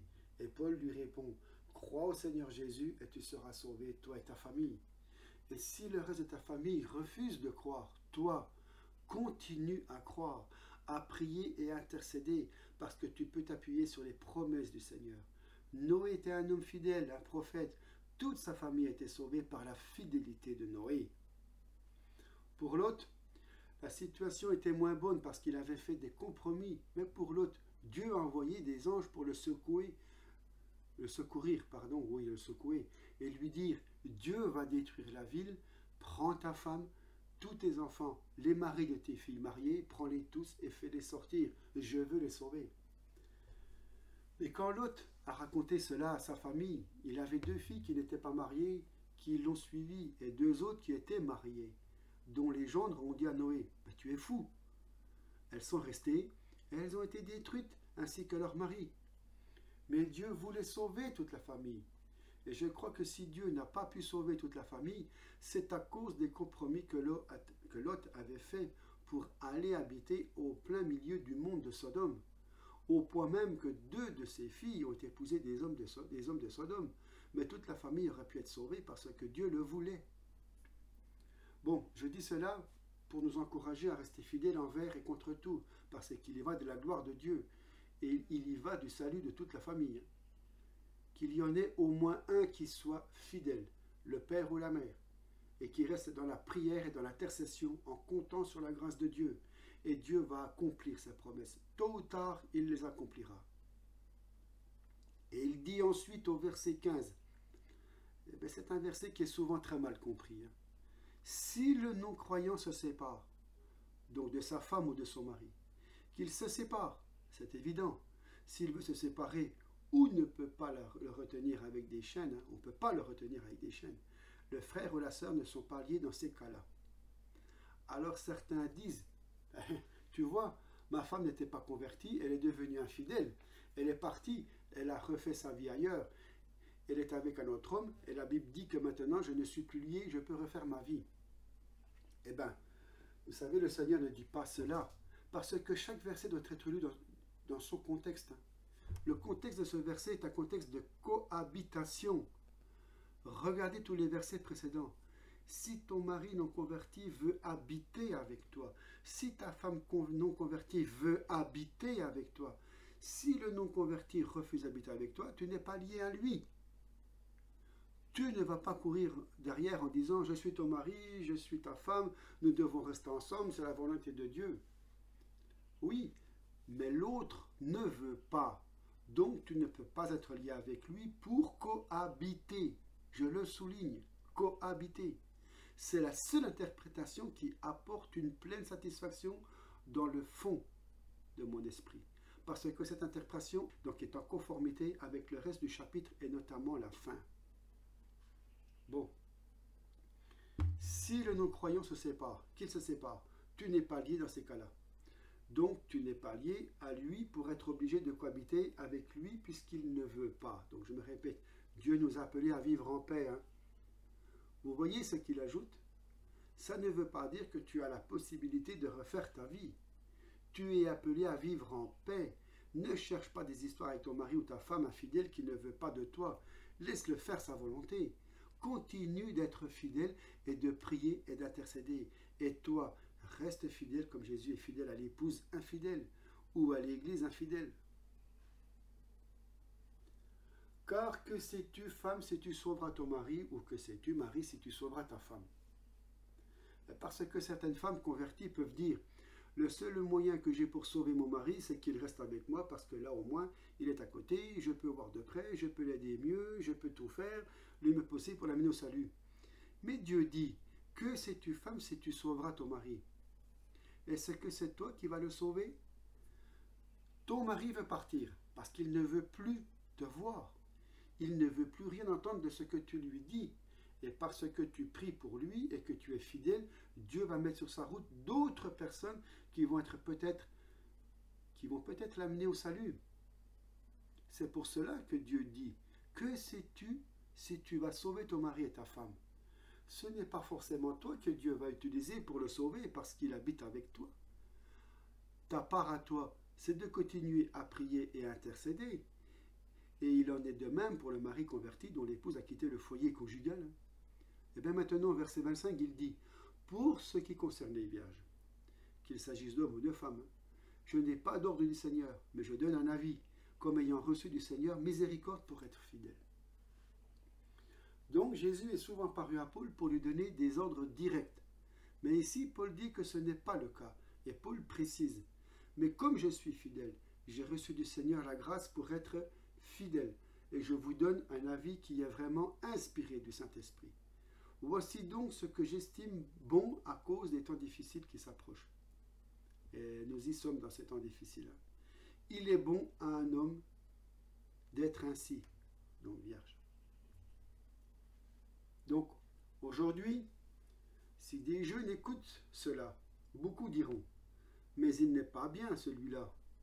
Où a-t-on vu qu'une jeune fille doive rester vierge jusqu'à son mariage? Aujourd'hui, les temps ont changé. On a évolué, la société est libérée. Et oh, je les entends encore dire ça. Mais Dieu n'a pas changé. Pour Dieu, il est bon d'être vierge au moment du mariage. C'est ce qui satisfait le plus le cœur de Dieu. Alors, jeune homme, jeune fille, si tu es vierge, garde-toi vierge jusqu'au mariage. C'est là où tu vas réjouir le cœur du Seigneur. Si tu as perdu ta virginité et que tu n'as pas encore confessé cela comme un péché, demande pardon au Seigneur et il te pardonnera. Et Dieu a une solution pour toi aussi. L'apôtre Paul continue au verset 27. Es-tu lié à une femme par le mariage? Ne cherche pas à rompre ce lien. N'es-tu pas lié à une femme? Ça veut dire si tu es célibataire. Ne cherche pas une femme. Combien de jeunes célibataires aujourd'hui dans l'église cherchent un mari ou une femme parce qu'ils sentent que l'âge augmente, les années passent. Dieu dit, ne t'inquiète pas, ne cherche pas un conjoint, cherche à me faire plaisir, à être fidèle. Moi je sais où est ton mari, je sais où est ton épouse et je vais le mettre devant toi au bon moment. Tu n'auras pas à le chercher, fais-moi confiance. C'est moi, dit Dieu, qui le cherche pour toi. Et c'est bien mieux comme ça, n'est-ce pas? Alors, jeune fille, jeune homme, ou moins jeune, faites confiance au Seigneur. Si vous êtes célibataire et que vous désirez dans tout votre cœur le mariage, vous mariez, continuez d'être fidèle au Seigneur. Continuez d'être fidèle au Seigneur. Continuez de chercher à faire sa volonté, à lui faire en toutes choses, et lui, à un moment donné, mettra sous vos yeux, sans que vous l'ayez cherché, celui qu'il a prévu pour être votre mari, votre femme. Ne vous inquiétez pas, ne te faites pas de soucis, ne vous faites pas de soucis. Lisons le verset 28. Si tu t'es marié, donc si tu étais vierge et que tu as fini par te marier, la parole dit bien, tu n'as pas péché. Et si la Vierge s'est mariée, elle n'a pas péché. Mais ces personnes auront des tribulations dans la chair et je voudrais vous les épargner. Donc, certains utilisent ces versets pour dire, vous voyez bien que le plan de Dieu, le meilleur, c'est le célibat. Mais non, le plan de Dieu, le meilleur, c'est le mariage. C'est ce qu'il a prévu depuis le début. Mais pour certains, qu'il appelle à être célibataires, comme Paul, c'est mieux au sens pratique, ce n'est pas mieux au sens spirituel. Il ne faut pas faire comme dans certaines religions où on dit que certains hommes de Dieu sont tellement saints qu'ils sont obligés d'être célibataires. C'est faux. Le célibat, c'est un don spécial de Dieu qui représente un sacrifice par rapport au plan normal de Dieu qui est le mariage. Le célibat, c'est un sacrifice qui doit être volontaire, et s'il est volontaire, c'est parce que l'on reçoit à ce moment-là un don de Dieu qui s'appelle le don du célibat. Et Paul ajoute au verset 29, « Voici ce que je dis, frères, c'est que le temps est court. » Et vous vous rendez compte, si Paul disait ça il y a presque 2000 ans, combien aujourd'hui le temps est très court. Le Seigneur est à la porte, le Seigneur est proche, le Seigneur nous a demandé d'être prêts à chaque instant, et c'est par sa grâce que nous pouvons être prêts. Ce n'est pas par nos efforts, c'est simplement parce que nous ouvrons notre cœur à sa grâce pour la recevoir. Il est tellement riche en grâce et en miséricorde qu'il est capable de faire des choses merveilleuses dans la vie de ceux qui œuvrent, qui ouvrent surtout leur cœur à sa grâce. Disons-lui, Seigneur, regarde-moi tel que je suis, regarde-moi où j'en suis aujourd'hui, j'ouvre mon cœur et je te demande de remplir ma vie de ta grâce. Et Dieu peut faire en un instant quelque chose que nous essayons de faire depuis plus de 20 ans pour certains et que nous n'avons jamais réussi à faire. En une seconde, il peut, lui, faire pousser un arbre avec une graine qu'il vient de poser dans la terre en une seconde. Il peut faire des miracles, notre Dieu. En un instant, il peut me révéler ce que c'est que la marche par l'esprit. Et en un instant, il peut me montrer que j'ai reçu un esprit déjà parfait, saint, pur, créé selon Dieu, dans une justice et une sainteté parfaite. Il peut me révéler que si j'ouvre les yeux à ce cadeau glorieux de Dieu, par la repentance et la foi, je pénètre instantanément dans le plan parfait de Dieu. Nous sommes assis dans les lieux célestes en Christ. Ce n'est pas notre chair qui est assise dans les lieux célestes en Christ. C'est notre esprit régénéré. C'est notre place. Et quand nous ouvrons nos yeux à cette position que Dieu nous a donnée comme cadeau gratuit à tous, que l'on soit jeune ou vieux, blanc ou noir, grand ou petit, riche ou pauvre, quand nous venons à Jésus, Dieu nous donne le même cadeau de la vie éternelle, d'une place d'honneur avec lui que nous ne méritons pas, d'un esprit nouveau, d'une nature nouvelle capable de lui obéir. Comment peut-on passer à côté de cet héritage magnifique? Sinon par ignorance, incrédulité ou rébellion. Jésus a tout accompli.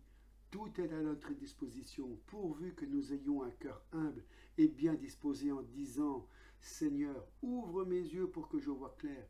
Je veux entrer dans ton plan pour ma vie, parce que quand ton plan se réalise pour ma vie, alors ton plan pour ma famille va se réaliser. Si chacun des époux dit, Seigneur, que ton plan se réalise pour moi, ce plan parfait va se réaliser pour le couple et pour la famille. Mais quelle grâce merveilleuse de Dieu de nous donner un tel cadeau qui s'appelle le Seigneur Jésus. Et en Jésus, Dieu nous donne tout, tout qui vient du ciel d'en haut. Ne te considère plus comme un vieux pécheur misérable. Si tu es né de nouveau en Christ et si tu as confessé ton péché, tu es un pécheur misérable si tu continues à marcher dans le péché et dans la chair. Mais ce n'est pas à cela que nous avons été appelés par Dieu. Nous avons été appelés par Dieu à être des fils et des filles de notre Père Céleste pour marcher par son esprit dans la liberté des enfants de Dieu. Et en tant que mari ou en tant qu'épouse, quand nos yeux s'ouvrent à cette réalité, il y a des choses qui changent dans la famille. Et si les choses changent, c'est par la grâce de Dieu et la foi qu'il nous donne, puisque la grâce est un don et la foi aussi. On ne doit pas se priver des dons de Dieu. Il y a des gens qui ont du mal à recevoir des cadeaux. Parfois, si je fais un cadeau à un ami, il me dit « Oh non, mon frère, il ne fallait pas, je n'ose pas le prendre. » Eh bien, je lui réponds « Mais ça me fait de la peine quand tu dis cela. Ça me réjouirait si tu me sautais au cou en disant « Je prends ton cadeau et je te dis merci, merci. » Donc, et Paul continue au verset 29. « Le temps est court, que désormais ceux qui ont des femmes soient comme s'ils n'en avaient pas. » Donc, ça ne veut pas dire que tu ne vas plus t'occuper de ta femme. Ça veut dire que tu vas continuer à t'occuper d'elle comme il le faut. Comme il faut. Mais la priorité des priorités dans ton cœur, c'est le Seigneur Jésus. Et c'est parce que Jésus est à la première place que tu vas pouvoir t'occuper de ta femme. Mais si ton intérêt est centré sur ta femme au point de la mettre à la première place, alors que Dieu est relégué à la deuxième place, tu es en dehors du plan de Dieu. Si Dieu est l'unique amour de ta vie, Dieu va remplir ton cœur d'un amour merveilleux pour ta femme ou pour ton mari. Mais l'amour de Dieu ne se divise pas en tranches. Si Dieu est l'amour unique de ta vie, cet amour unique va se déverser sur ton épouse et sur ton époux et sur tous ceux qui t'entourent. C'est ça qui fait plaisir à Dieu et qui fait plaisir à ceux qui m'entourent. Dieu nous a créés parce qu'il a tellement d'amour pour nous qu'il nous a créés pour recevoir son amour. Nous aimons l'amour de Dieu, nous aimons l'amour des frères quand il s'agit de l'amour de Jésus. Et Paul continue au verset 30 et 31. Que ceux qui pleurent soient comme ne pleureront pas. Que ceux qui se réjouissent comme ne se réjouissant pas. Ceux qui achètent comme ne possédant pas. Ceux qui usent du monde comme n'en usent pas. Car la figure de ce monde passe. Eh bien, ça veut dire simplement, fais tout ce que tu as à faire sur cette terre. Mais fais-le bien pour que ce soit un bon témoignage. Mais ce qui est vital, ce qui est important, c'est le Seigneur. C'est ton œuvre. C'est que tu aies les yeux fixés sur lui en permanence. Et là, tu vas pouvoir faire bien tout ton travail. C'est par la puissance de Dieu que tu vas le faire. Au verset 32 et 33. Je voudrais que vous soyez sans inquiétude. Celui qui n'est pas marié s'inquiète des choses du Seigneur. Donc là, ils veulent parler du chrétien célibataire qui est consacré et fidèle à son Seigneur.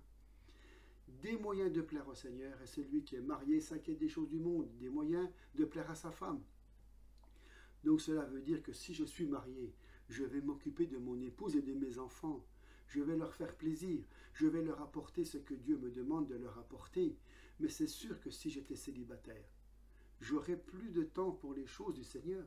C'est uniquement dans ce sens que l'apôtre le dit. Et au verset 34 et 35. Il y a de même une différence entre la femme et la vierge.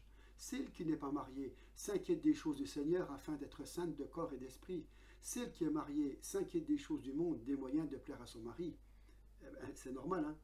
Je dis cela dans votre intérêt. Ce n'est pas pour vous prendre au piège, c'est pour vous apporter, c'est pour vous porter à ce qui est bienséant et propre à vous attacher au Seigneur, sans distraction. Ben, c'est comme si Paul disait, Seigneur, j'aimerais que tous tes enfants ne pensent qu'à une chose, c'est d'être attachés à toi, qu'ils soient mariés ou qu'ils soient célibataires, mais que leur seul centre d'intérêt, ce soit toi, Seigneur, et ton œuvre. Et si en plus ils peuvent accepter ce ce sacrifice, de ne pas se marier pour te servir d'un cœur entier, et que tu leur accordes ce don du célibat, ce serait encore mieux. Voilà ce que Paul aurait pu dire aussi. Donc, chacun reçoit un don comme il plaît au Seigneur. Il n'y a pas d'obligation. Et c'est pour ça qu'il dit au verset 36, « Si quelqu'un regarde comme déshonorant pour sa fille de dépasser l'âge nubile et comme nécessaire de la marier, qu'il fasse ce qu'il veut. Il ne pêche pas, qu'on se marie. » Donc là, il parle d'un père qui a une fille en âge d'être mariée. Et si le père veut la marier, il fait bien. Vous voyez en passant qu'au moins du temps de Paul, c'était le père chrétien qui décidait du mariage de sa fille vierge. Je recommence. Au temps de Paul, là, c'était le père chrétien qui décidait du mariage de sa fille vierge. Mais évidemment, ça veut dire que ce père-là avait la pensée du Saint-Esprit et que la fille avait aussi la pensée du Saint-Esprit. Et quand ça se passe comme ça se passe bien. Mais est-ce qu'aujourd'hui les choses se passent ainsi? C'est exceptionnel, très rare. Aujourd'hui, l'esprit du monde remplit de plus en plus de nombreuses parties de l'Église. Et dans le monde, c'est évidemment une pure folie de dire que c'est le rôle du père de marier sa fille. Il y a longtemps que ça ne se fait plus. C'est la fille qui maintenant décide elle-même de sa vie. Mais le père chrétien ne doit pas suivre l'esprit du monde. Un père chrétien dira à sa fille, « Tu sais ma fille, c'est moi qui vais choisir ton mari. Tu peux me présenter qui tu veux, mais c'est moi qui vais choisir pour toi. » Il ne va pas lui imposer un mari si elle ne l'aime pas, c'est évident. Il priera le Seigneur pour qu'il le conduise en toutes choses. Mais il ne privera pas de ce droit que Dieu lui donne vis-à-vis de sa fille, de lui dire, « Ma fille, voilà le beau conseil de ton père. Celui-là ne me plaît pas, quitte-le vite. Mais s'il est chrétien, celui-là n'est pas pour toi. » Même s'il est chrétien, je dis bien, même s'il est chrétien, celui-là n'est pas pour toi. Vous voyez l'exemple là, il est dur. Si c'est vraiment une pensée de Dieu et que sa fille veut faire la volonté de Dieu, elle dira, « Papa, je vais prier. Et Dieu va lui parler. C'est comme ça que ça doit se passer. Vous savez, je pense que ça doit être un peu dur pour certains qui écoutent ce message. Au verset 37 et 38, celui qui a pris une ferme résolution sans contrainte, donc sans forcer, et avec l'exercice de sa propre volonté, et qui a décidé dans son cœur de garder sa fille vierge, celui-là fait bien. Bon, il paraît difficile d'accepter qu'un père chrétien puisse dire à sa fille vierge, « Ma fille, j'ai décidé que tu vas rester vierge. » Oula, là, ça commence à... Ce n'est pas conduit par Dieu, ça n'a aucune chance de réussir. Ça, on est d'accord. Mais ça peut être conduit par Dieu. Puisque la parole de Dieu en parle, en tout cas, il faut nous ouvrir à cette possibilité, même si ça nous paraît aujourd'hui complètement en dehors de toute réalité habituelle. La parole, c'est la parole. Ainsi, celui qui marie sa fille fait bien, celui qui ne la marie pas fait mieux. Évidemment, ce n'est pas à comprendre au sens légaliste, c'est à comprendre au sens spirituel dans l'esprit de Dieu. Comme étant la volonté parfaite de Dieu, connue, acceptée par le Père, et la fille est acceptée dans la joie, parce que c'est Dieu qui accorde le don à ce moment-là. Quand c'est fait comme ça, c'est bon. Pardon. Et Paul dit au verset 39, une femme est liée. Donc il parle ici du lien du mariage, aussi longtemps que son mari est vivant. Bon, ben certains me disent, oh, mais ça s'adresse seulement aux chrétiens. Eh bien non, ça s'adresse à toutes les femmes du monde. Mais la différence entre les femmes chrétiennes et les femmes du monde, c'est que les femmes du monde ne connaissent pas la parole de Dieu. Elles ne peuvent pas donc obéir à la volonté du Seigneur. C'est simple à comprendre, mais c'était quand même la volonté de Dieu pour elles. La volonté de Dieu pour elles, c'est qu'elles connaissent Dieu et sa parole et qu'elles obéissent à cette parole. Et une femme chrétienne doit connaître la volonté du Seigneur. Une femme est liée aussi longtemps que son mari est vivant. Quelles que soient les raisons ou quels que soient les problèmes qui ont pu arriver, si le mari est parti en demandant le divorce et qu'il l'a obtenu, mais c'est un chiffon de papier pour Dieu, ça n'existe pas devant le tribunal de Dieu, ça. La femme est liée jusqu'à la mort de son mari et inversement. Et vous comprendrez bien que cela ne peut pas être vécu si nous marchons dans la chair. Ça ne peut être vécu que si nous marchons dans l'esprit. Quand on est dans l'esprit, on reçoit toute la puissance du Saint-Esprit pour comprendre la volonté de Dieu et on reçoit la capacité du Saint-Esprit pour marcher dans sa volonté sans aucun effort parce que nous sommes portés par la volonté de Dieu. C'est ça la grande différence. Sinon, on se met sous le joug de la loi et on s'impose un fardeau qu'on ne peut pas porter. Mais si le mari meurt, elle est libre de se marier à qui elle veut, seulement que ce soit dans le Seigneur. C'est-à-dire que ce soit avec un chrétien, ça va de soi pour une chrétienne. Hein. Elle est plus heureuse néanmoins si elle demeure comme elle est. Donc c'est-à-dire veuve et seule suivant mon avis, et c'est un bon avis, mais ce n'est pas une obligation. Et moi aussi je crois avoir l'Esprit de Dieu, ça c'est la parole qui le dit. Que notre esprit s'ouvre à la parole et que le Saint-Esprit nous montre la volonté de Dieu, nous ne devons avoir aucune rébellion dans notre cœur. Eh bien certains diront, mais c'est trop dur, c'est impossible d'appliquer ce principe. Mais quand une jeune fille de 25 ans a été plaquée par son mari qui a divorcé, est-ce qu'on doit lui demander de rester seule jusqu'à la fin de sa vie? Mais non, personne ne doit lui imposer de rester seul. Je n'ai pas le droit, on n'a pas le droit de lui dire tu dois rester seul. Mais on va lui dire, voilà ce que Dieu dit. Et voilà, ma sœur, comment tu peux y arriver. Le seul moyen que tu as d'y arriver, c'est celui de rester attaché au Seigneur et de demander au Seigneur qu'il t'apprenne à marcher par son esprit pour qu'il te rende capable de faire ce qu'humainement tu ne peux pas faire. Et si tu es dans cette situation-là, tu fais la volonté de Dieu avec facilité et joie. Est-ce que cela vous semble trop dur, trop difficile? C'est la parole du Seigneur. Hein? N'oubliez jamais que Dieu est un Dieu de miséricorde. Ceux qui trouvent la parole de Dieu trop dure oublient que Dieu est un Dieu de miséricorde et qu'il a le moyen de nous faire entrer dans sa parole par son esprit. En apprenant à marcher par l'esprit et en étant rempli de sa capacité, et là tout devient possible. Nous pouvons faire des choses impossibles, comme marcher sur l'eau. Et ce sont ces choses impossibles qui glorifient le Seigneur. On approche de la fin de ce message, hein, donc je voudrais aussi vous mettre en garde contre certaines séductions. Donc la première séduction est celle qui consiste à dire que les mariages conclus avant la conversion ne sont pas valables, parce qu'ils ont été contractés par des personnes qui ne connaissaient pas Dieu. Donc c'est une séduction, bien aimée, mais ne vous laissez pas attraper par cette séduction. Voici un exemple biblique. Lorsque Jean-Baptiste reproche au roi d'Hérode d'avoir pris la femme de son frère, il lui dit « Il ne t'est pas permis d'avoir la femme de ton frère ». Hérode était-il chrétien? Hérode n'était pas chrétien et pourtant Jean-Baptiste, rempli de l'esprit, lui dit « Il ne t'est pas permis de faire cela ». Parce que la volonté de Dieu, pour cet homme qui n'était pas chrétien, était qu'il reste avec sa femme. Il ne t'est pas permis de prendre la femme d'un autre. Alors ne soyons pas séduits par cette séduction qui consiste à dire « Tout ce qui a été fait avant la conversion n'est pas valable ». Cela voudrait dire que pour tous ceux qui ont été mariés avant leur conversion, leur mariage n'est pas valable. Ils peuvent, si le désir, se séparer, leur mariage n'est plus valable. Frères et sœurs, c'est valable devant Dieu. Si l'un se convertit dans cette situation, même si l'autre est quelqu'un d'impossible, celui qui se convertit reçoit l'Esprit de Dieu et reçoit la capacité de faire face à ce problème et de bénir son conjoint converti. Il reçoit de Dieu tous les dons qui lui manquent pour avoir la solution à ce problème. Et cette deuxième séduction, il n'est pas possible de dire la femme ou le mari que j'ai, je comprends maintenant, après 10 ans de mariage, que ce n'était absolument pas la femme ou le mari qui me convenait. Puisqu'on ne s'entend plus du tout, on n'a rien de commun, ou si peu, alors que je viens de rencontrer la femme ou le mari idéal.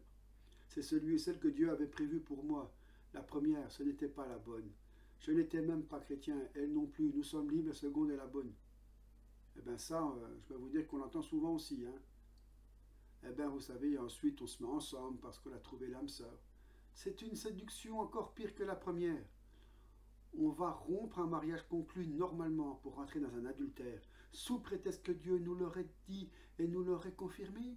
Combien j'en entends dire Dieu m'a dit c'est ta femme, Dieu a dit ton mari, mais est-ce vraiment Dieu qui vous l'a dit? Est-ce que pour certains, vos femmes, vos maris sont restés avec vous, si c'était la deuxième ou la troisième? Parce que je dis vos femmes, mais ce n'est pas vos femmes, ou vos maris. Mais est-ce qu'ils sont restés? Est-ce que vous n'êtes pas redivorcés, repartis avec un troisième mari ou une troisième femme? Mais Dieu vous ferait des cadeaux empoisonnés. Vous vous dites que c'est Jésus qui vous dit que c'est Dieu qui vous dit que c'est votre femme, votre mari, puis après vous foncez. Vous ne pensez pas aussi au piège de l'ennemi ou au raisonnement humain, au la chair? Eh bien, vous savez, alors que Si les caractères s'opposent dans le couple, eh ben, si rien ne va, c'est ce qui se passe souvent chez les chrétiens. Quand l'un se convertit ou les deux, ben, comprenez qu'ils vont recevoir du Seigneur tout ce dont ils ont besoin en grandissant en Christ pour parvenir à la stature parfaite de Christ. Et, ben, ce seront des hommes et des femmes qui vont aimer leur femme et leur mari, qui vont trouver dans le Seigneur tout ce qui leur manquait auparavant. Ils étaient auparavant peut-être coléreux, ils ne supportaient pas. Maintenant, ils sont doux et paisibles comme des agneaux. Et bien pourquoi? Parce que Dieu agit dans leur cœur. Et maintenant, ils vont avoir une relation de couple idéale. La femme ou le mari idéal, ce n'est pas celle ou celui que tu vas rencontrer après 10 ans de mariage, parce que la première ou le premier ne va plus, le mari idéal ou la femme idéale, c'est le tien ou la tienne que tu as eu dès le début, parce que Dieu va travailler dans ton cœur et dans le sien pour que vous puissiez avoir une relation parfaite. Le Saint-Esprit le fera parce qu'il veut nous faire grandir à la mesure de la stature parfaite de Christ. Et bien, il y a encore une troisième séduction. Eh ben, j'ai eu des confirmations que Dieu m'a données dans la prière. Eh ben, je reviens à ce que je disais tout à l'heure. C'est une séduction qui est dangereuse parce que si nous ne faisons pas la volonté de Dieu clairement indiquée dans sa parole, et si nous demandons à Dieu des confirmations, nous allons les avoir, mais elles ne viendront pas du Seigneur. Vous en aurez tant que vous en voudrez. Eh bien, moi je dis en conclusion, eh ben, on va lire pour ceci 2 passages de la parole, tout d'abord dans Jérémie 6 au verset 13. Car depuis le plus petit jusqu'au plus grand, tous sont avides de gain. Donc la convoitise était dans leur cœur. Depuis le prophète jusqu'au sacrificateur, tous usent de tromperie. Ils pensent à la légère la plaie de la fille de mon peuple. Eh bien, frères et sœurs, quand on est sacrificateur, on ne doit pas penser à la légère. Hein. Quand je dis penser, c'est P-A-N-S-E-R. Hein. Et vous savez ce que c'est que penser à la légère? La plaie de ceux qui ont divorcé et qui ont subi tant de blessures dans leur cœur, eh bien, c'est de leur dire, tu peux refaire ta vie avec une autre personne, le Seigneur te le permet. Waouh! Vous pesez la gravité de ce que vous dites? Cela les amène à des catastrophes encore plus grandes. C'est beaucoup plus difficile de dire, Dieu ne te le permet pas, parce que vous avez peur que vos assemblées ou vos systèmes se vident. Imaginez un jeune de 25-30 ans qui se trouve seul, à qui un serviteur de Dieu dit « Dieu ne te permet pas de te remarier parce que tu l'as été ». Vous pensez que ce n'est pas difficile de dire cela? C'est difficile aussi de l'entendre. Et vous croyez que si nous ne sommes pas dans la volonté ou dans la volonté de Dieu, Dieu ne va pas nous donner tout ce qu'il nous faut pour obéir à sa parole? Vous croyez que nous n'allons pas recevoir du Seigneur la grâce, la puissance, la force pour obéir? Je suis jeune, Seigneur, tu vois, ma femme est partie, je suis jeune, qu'est-ce que je vais faire? Rester seul toute ma vie? Seigneur, donne-moi la grâce. Je vais consacrer ce temps à ton service et je ne vais pas brûler en commettant l'adultère. Parce que tu vas me donner ta force, puisque j'ai compris que ta volonté est que j'attende de ma femme et que j'intercède pour elle. Donc tu vas me donner la force. Je vais recevoir ton Saint-Esprit. Je vais être un serviteur de Dieu rempli de l'onction du Saint-Esprit. Donc, la parole elle, qui continue à dire, il use de tromperie, paix, paix, disent-ils, et il n'y a pas de paix. Et bien voilà, on va savoir qu'il va y avoir aussi beaucoup de tribulations dans ce parcours. Hein. Jérémie 6, 14. Moi, si vous voulez divorcer, je vous annoncerai pas la paix, mes bien-aimés, mais je vous annoncerai la guerre du Seigneur parce que vous attirez sur vous la colère de Dieu. Eh bien, sachez, dans la parole, il est dit, ils seront confus car ils commettent des abominations. Ils ne rougissent pas, ils ne connaissent pas la honte. C'est pourquoi ils tomberont avec ceux qui tombent, ils seront renversés avec ceux que je châtie, dit l'Éternel. Eh bien, je peux vous dire que si vous cherchez à savoir un petit peu, à comprendre ce qui se passe dans tous ces couples recomposés, dans ces remariages, plusieurs fois à la suite, eh bien, regardez les conséquences un petit peu dans ces couples, ce qui se passe. Beaucoup le cachent, beaucoup ne disent pas grand-chose. On croit que tout va bien, mais on s'aperçoit, ça va être cru ce que je vais dire, mais il y a des personnes qui décèdent, il y a des personnes qui tombent malades, il y a des accidents, il y a pas mal de choses. Donc, creusez, cherchez, allez voir ce qui se passe. Si vous comprenez des choses qui se passent, avec cette parole, ce message, prévenez-les qu'ils sont en contradiction avec la parole, que les conséquences sont aussi sur le corps, hein, Il y aura des conséquences sur le corps physique. Ce sont des péchés qui ont des conséquences sur le corps physique direct. Ça peut donner des explications à des personnes qui décèdent, à des personnes qui tombent malades, et des problèmes avec les enfants, des accidents, des situations sociales qui se dégradent, parce qu'il y aura des conséquences. À vous de vous poser des questions. Regardez dans vos vies aussi si tout va bien, pour ceux qui sont remariés, s'il n'y a pas des soucis, des problèmes. Voilà. Regardez ce que dit le prophète. Il ne s'arrête pas là. Il dit au verset 16, « Ainsi par l'Éternel, placez-vous sur les chemins, regardez et demandez quels sont les anciens sentiers. » Vous voyez le cœur de celui qui dit, « Seigneur, je ne veux pas être dans cette voie où je suis maintenant. Je veux retourner à l'ancien sentier. » Quelle est la bonne voie? Marchez-y et vous trouverez le repos de vos âmes. Vous savez, le joug de Jésus est léger. Hein? Le chemin est rocailleux, montant, difficile, mais le joug de Jésus est léger, parce que Jésus le porte avec nous. Il nous donne la grâce d'obéir à ses commandements. Le joug de Jésus est léger, et vous trouverez le repos de vos âmes. Ceux qui ne se repentent pas de l'adultère ne trouveront jamais le repos pour leurs âmes. Vous voyez? Jamais, jamais. Mais quand ils se sont repentis, ils retrouveront la communion et le repos. Même s'ils ont à supporter certaines conséquences difficiles pendant un temps, ils trouveront le repos pour leur âme et la communion avec le Seigneur. Donc, il y aura des moments difficiles. Et enfin, dans Jean 1, verset 2, au verset 15 à 17, « N'aimez point le monde, ni les choses qui sont dans le monde. Si quelqu'un aime le monde, l'amour du Père n'est pas en lui. Car tout ce qui est dans le monde, la convoitise de la chair, l'adultère est toujours provoqué par la convoitise de la chair. Hein. La convoitise des yeux et l'orgueil de la vie ne vient point du Père, mais vient du monde. Et le monde passe, et sa convoitise aussi. Mais celui qui fait la volonté de Dieu demeure éternel. Ment. Petits enfants, c'est la dernière heure. Combien plus maintenant sommes-nous à la dernière heure? Bien-aimés, nous sommes à la dernière heure.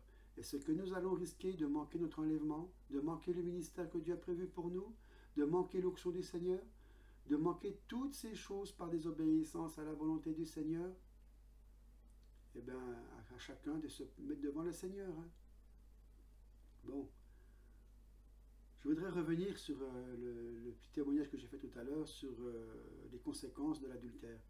Moi, je vais vous dire, il y a un danger de mort dans l'adultère. Et je l'ai déjà précisé tout à l'heure. Je voudrais revenir un peu là-dessus. Donc, un danger de mort. Eh oui.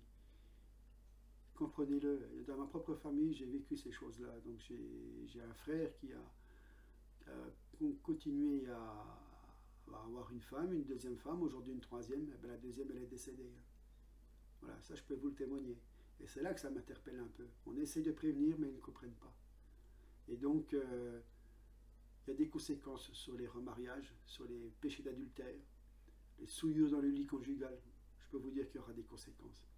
Donc il est dit, je voudrais continuer, il est dit dans Genèse 20, au verset 3, « Dieu apparut en songe à Abimelech pendant la nuit et lui dit, « Voici, tu vas mourir à cause de la femme que tu as enlevée, car elle a un mari. » Vous rendez-vous compte de ce que Dieu lui dit là? « Tu vas mourir car elle a un mari. » L'adultère conduit à la mort. Et oui, ça peut vous choquer. La mort physique, la mort spirituelle, la mort sur beaucoup de choses. Notre santé, la mort de notre santé, la mort de notre situation. Dans Exode 20, au verset 14, « Tu ne commettras pas d'adultère. » C'est un des commandements de la loi. Hein. Dans Lévitique 20, au verset 10, « Si un homme commet l'adultère avec une femme mariée, il commet l'adultère. Avec la femme de son prochain, l'homme et la femme adultères seront punis de mort. » Dans la loi, c'était très clair.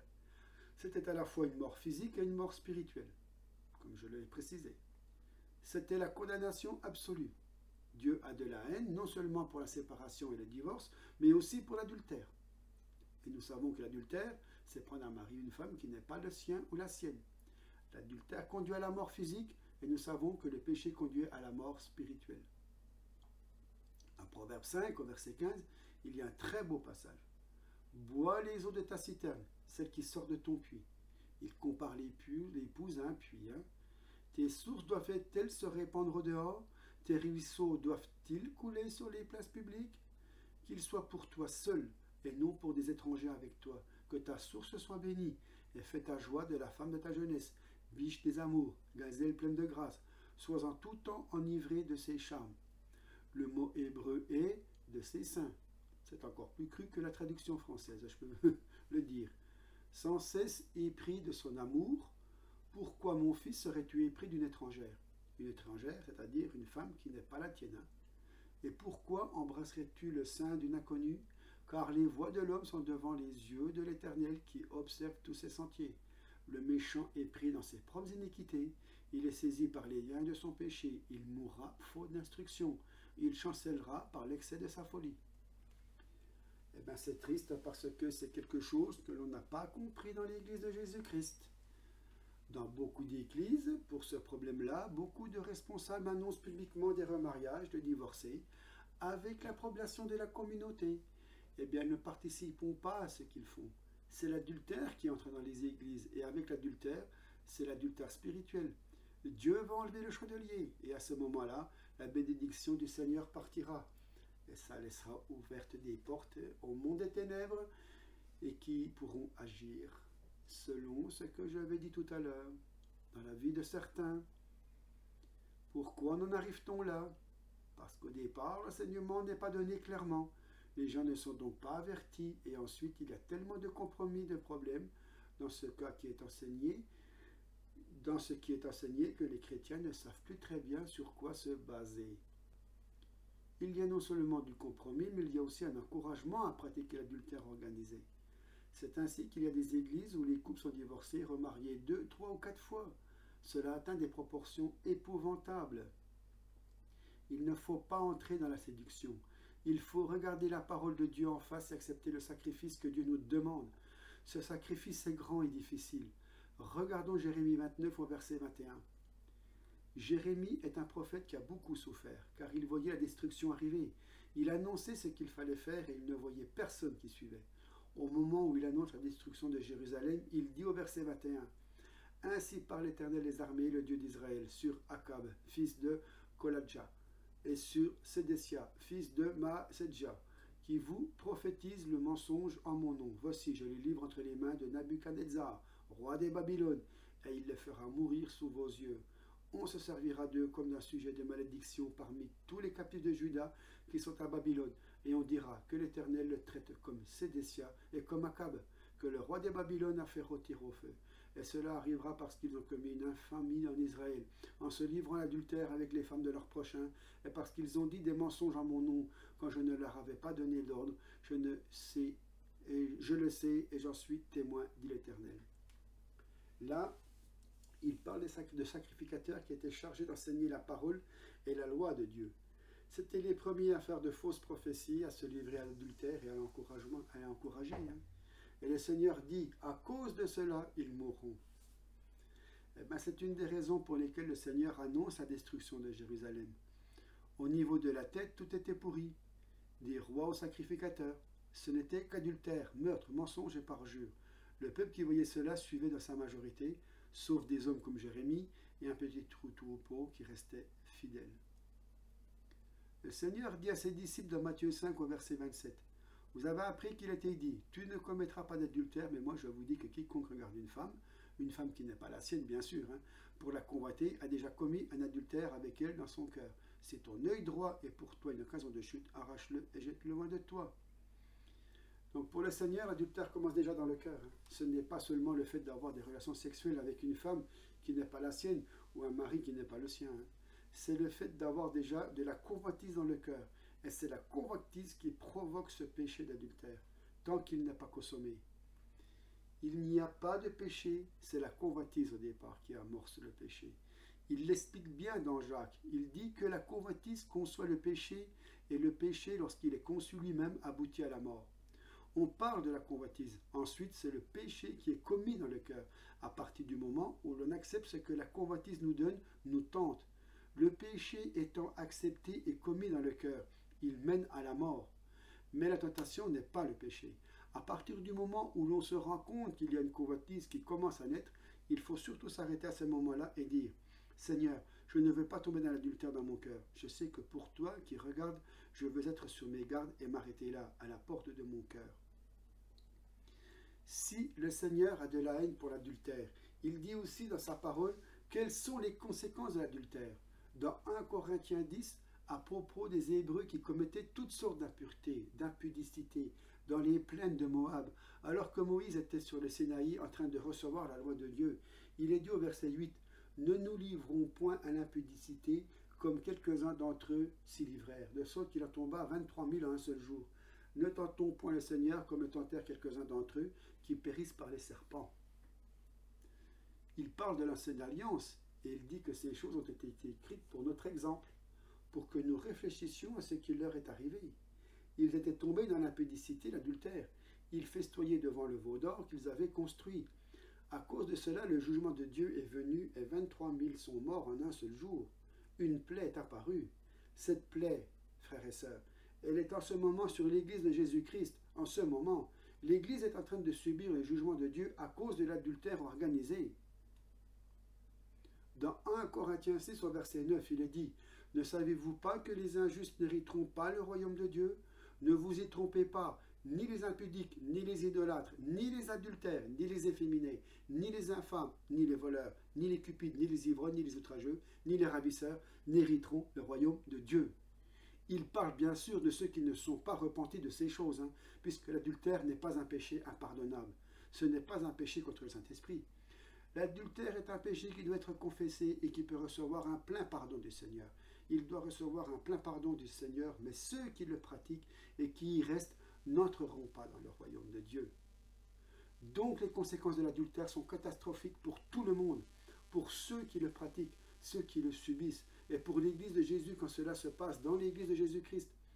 Le signe le plus important qui suit la pratique de l'adultère dans une Église, c'est le retrait de l'onction du Seigneur sur cette Église. L'onction du Seigneur se retire de l'Église qui pratique ces choses. Il y a une impossibilité d'exercer pleinement les ministères et les dons que le Seigneur a donnés, parce que l'onction ne repose plus pleinement sur l'Église. Et on voit ce qui se passe dans certaines églises en ce moment, ou ce qui s'est passé. L'onction n'est plus là. On la remplace par toute autre chose. L'organisation humaine. Pour la faire fonctionner. Et ça, j'ai déjà précisé dans d'autres vidéos. Vous comprenez pourquoi aussi, dans certaines églises, plus rien ne fonctionne. Jésus n'est plus là. Mais la présence vivante de Dieu n'y est plus, comme je le dis, parce que Dieu n'approuve pas ce qui se fait, sachez-le. Dans 1 Timothée 3, verset 1, il est même écrit, « Si quelqu'un aspire à la charge d'évêque ou d'ancien, rappelez-vous, ce qui était dit, les anciens, je vous le rappelle, ce sont les 5 ministères, apôtres, prophètes, évangélistes, pasteurs et docteurs. Le Seigneur donne des exigences pour ces ministères. Il dit ici, si quelqu'un aspire à la charge d'évêque ou d'ancien, il désire une œuvre excellente. Il faut donc que l'évêque soit irréprochable. Celui qui veut exercer une fonction d'ancien doit être irréprochable, mari d'une seule femme. Cela ne veut pas dire, comme le disent certains à tort, qu'il ne doit pas être polygame. Mais ce n'est pas cela, frères et sœurs. Cela veut dire simplement que dans sa vie, il ne doit avoir eu qu'une seule femme, tout simplement. Une des qualifications pour être ancien, c'est d'être un homme qui n'a eu qu'une seule femme dans sa vie. C'est écrit. Je ne peux pas tourner autour de cette parole. On ne peut pas tourner autour de cette parole. Tout simplement, une des qualifications pour être ancien, écoutez bien, c'est d'être un homme qui n'a eu qu'une seule femme dans sa vie. C'est écrit. Je me répète, je ne peux pas tourner autour de cette parole. Réfléchissons, Dans 1 Corinthiens 5 au verset 1, on voit encore les conséquences de l'adultère. On entend dire généralement qu'il y a parmi vous de l'impudicité. Bon, ça pouvait être n'importe quelle forme d'impudicité, l'adultère, les relations en dehors du mariage. Et une impudicité telle qu'il ne se rencontre même pas chez les païens. Vous vous rendez compte jusqu'où cela devait aller, ces Corinthiens qui avaient tous les dons? C'est au point que l'un de vous a pris la femme de son père. Ouais. Donc, c'était sa belle-mère. On ne dit pas si elle était séparée ou divorcée ici, mais il est probable qu'elle était séparée du père. Donc, un chrétien de l'Église a pris cette comme femme, celle qui avait été la deuxième femme de son père. Ouais. La parole continue, et vous êtes enflé d'orgueil. Et vous n'avez pas été plutôt dans l'affliction, afin que celui qui a commis cet acte soit ôté du milieu de vous. Pour moi, absent de corps, mais présent d'esprit, j'ai déjà jugé, comme si j'étais présent, celui qui a commis un tel acte. Donc Jésus dit, ne juge pas, ok. Paul dit, j'ai déjà jugé, ok. Donc ce n'est pas dans le même sens que lorsque le Seigneur le dit, Paul a tranché pour dire si c'est bien ou si c'est mal, Et il a pris une décision en fonction de ce jugement. J'ai déjà jugé comme si j'étais présent. Celui qui a commis un tel acte, au nom du Seigneur Jésus-Christ, vous et mon esprit, étant assemblés avec Jésus, qu'un tel homme soit livré à Satan pour la destruction de la chair, afin que l'esprit soit sauvé au jour du Seigneur Jésus. Eh bien, quelle autorité, quelle audace spirituelle, hein? Et il le faisait sous l'inspiration de l'esprit. Il le reprenait en disant, « Vous avez supporté cela, et vous n'avez pas plutôt ôté le méchant du milieu de vous, tout en continuant à prier pour lui et en intercédant auprès du Seigneur. » Parce qu'il ne s'agit pas d'avoir le cœur plein de haine, il s'agit de dire à l'Église ce qu'il en est de prendre les mesures claires et nettes pour que cela ne se reproduise plus dans l'Église.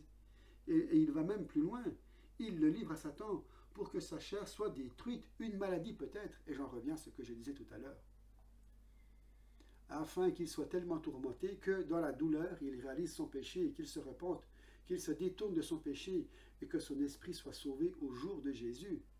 C'est le but ultime de Dieu. Le but ultime de Dieu, ce n'est pas que le pécheur meure, c'est qu'il se repente et qu'il vive. Mais là, dans l'Église, la conséquence de la pratique de l'adultère, c'est l'application de la discipline de l'Église qui doit être faite, non pas d'une manière sentimentale, mais avec amour, parce qu'il y a de la gloire de Dieu, il y va de la gloire de Dieu, et il y va de l'action du Seigneur dans l'Église. Et il faut dire aussi que, même en cas de pardon demandé et obtenu, il y a des conséquences à subir dans la vie de ceux qui ont pratiqué l'adultère et le divorce. Il y a des conséquences, bien-aimés. Cela ne veut pas dire que la colère de Dieu va rester. Absolument pas. Quand on confesse un péché, il est pardonné. Le sang de Jésus efface tous les péchés et nous rétablit dans une communion parfaite avec Dieu. Mais certaines conséquences vont rester, hein, notamment s'il y a des enfants qui vont subir les conséquences de la séparation. Donc regardez un petit peu ce qui se passe dans ces familles, comment ça se passe avec les enfants, comment ça se passe au niveau santé, au niveau... voilà, comme je vous l'ai précisé tout à l'heure. Hein. Eh bien regardez, il y a des conséquences aussi. Quand le roi David avait dû subir, on va prendre ça comme exemple, vous vous rappelez que David avait commis ce péché avec Bathsheba. Il a convoité une femme qui n'était pas la sienne. Ce grand David, ce prophète de l'Éternel, ce roi merveilleux qui avait l'esprit du Seigneur, est tombé dans l'adultère et le meurtre. Il ne s'en est même pas rendu compte au début. Dieu a envoyé le prophète Nathan pour lui révéler son péché. Et là, David s'effondre en pleurs. Relisez le psaume 51, vous verrez la profondeur de la repentance de David. Hein. Nathan lui dit ceci dans 2 Samuel 12, au verset 9. « Tu as pris sa femme pour en faire ta femme, et lui, tu l'as tué par l'épée des fils d'Ammon. Maintenant, l'épée ne s'écartera plus de ta maison parce que tu m'as méprisé et parce que tu as pris la femme d'Uri, le Héthien, si je prononce bien, pour en faire ta femme. Ainsi par l'Éternel, voici, je vais faire sortir de ta maison le malheur contre toi, et je vais prendre sous tes yeux tes propres femmes pour les donner à un autre, qui couchera avec elles à la vue de ce soleil. Car tu as agi en secret, et moi je ferai cela en présence de tout Israël, et à la face du soleil. David dit à Nathan, j'ai péché contre l'Éternel. Il se repent de son péché. Et Nathan dit à David, l'Éternel pardonne ton péché, tu ne mourras pas, mais parce que tu as fait blasphémer les ennemis de l'Éternel, en commettant cette action, le fils qui t'est né mourra. Et ce fils est mort. Hein. Et tout ce que le Dieu avait annoncé à David par la bouche de Nathan, le prophète, s'est réalisé. Hein. Donc, il faut prêcher les conséquences de notre péché, le jugement de Dieu sur notre vie. Donc ça, je pense que j'en parlerai dans une autre vidéo, parce que celle-là, elle va être trop longue. Donc on recreusera sur le comportement du mari dans le couple et le comportement de la femme dans le couple. Mais ça, je verrai ça plus tard, éclairé par l'Esprit. Donc sachez que notre péché peut être entièrement pardonné par le Seigneur, mais nous pouvons en supporter encore le jugement dans notre vie. Il faut le dire, il faut le prêcher. Même avec un plein pardon du Seigneur, il peut y avoir des conséquences voulues par Dieu pour juger le péché. Ces choses ont été écrites pour notre instruction et pour nous servir d'exemple, pour que nous en prenions acte. Alors, que doit faire celui qui n'est pas coupable, c'est-à-dire celui qui a été abandonné par quelqu'un qui a pratiqué l'adultère, un mari chrétien abandonné par sa femme, ou une femme chrétienne abandonnée par son mari? Eh bien, je crois pour ma part, avec tout ce qui a été dit maintenant, d'après la parole de Dieu, qu'il doit rester fidèle, même si l'autre a été infidèle. C'est l'attitude même de Christ et du Seigneur. Il est dit dans 2 Timothée 2, verset 13, « Si nous sommes infidèles, lui demeure fidèle. » Eh bien, nous sommes appelés à suivre l'exemple de Christ. Si ta femme est infidèle, eh bien Marie, donc frère qui écoutait ce message, restez fidèle. C'est-à-dire, prie pour elle, intercède pour elle, présente-la au Seigneur, jeûne, prie pour qu'elle réalise son péché. Si c'est le mari qui est infidèle, c'est la même chose pour la femme. Hein. Que ton mari réalise son péché, qu'il revienne au Seigneur et qu'il te revienne. La volonté du Seigneur, c'est de restaurer ce qui a été brisé dans toute la mesure du possible. Et nous devons, nous engager à restaurer les couples, à ne pas imposer quoi que ce soit, mais à leur amener la pensée du Seigneur dans la situation qu'ils sont. Donc, que le mari revienne à sa femme, que la femme revienne à son mari. Ok, le Seigneur dit, demeure fidèle à ton cœur, intercède et attends. Aidons les frères et les sœurs à prier, à être patients dans leur situation. Et puis, bien entendu, en ce qui concerne le coupable, celui qui a commis l'adultère, hein, ou qui a provoqué volontairement un divorce, mais il doit se repentir.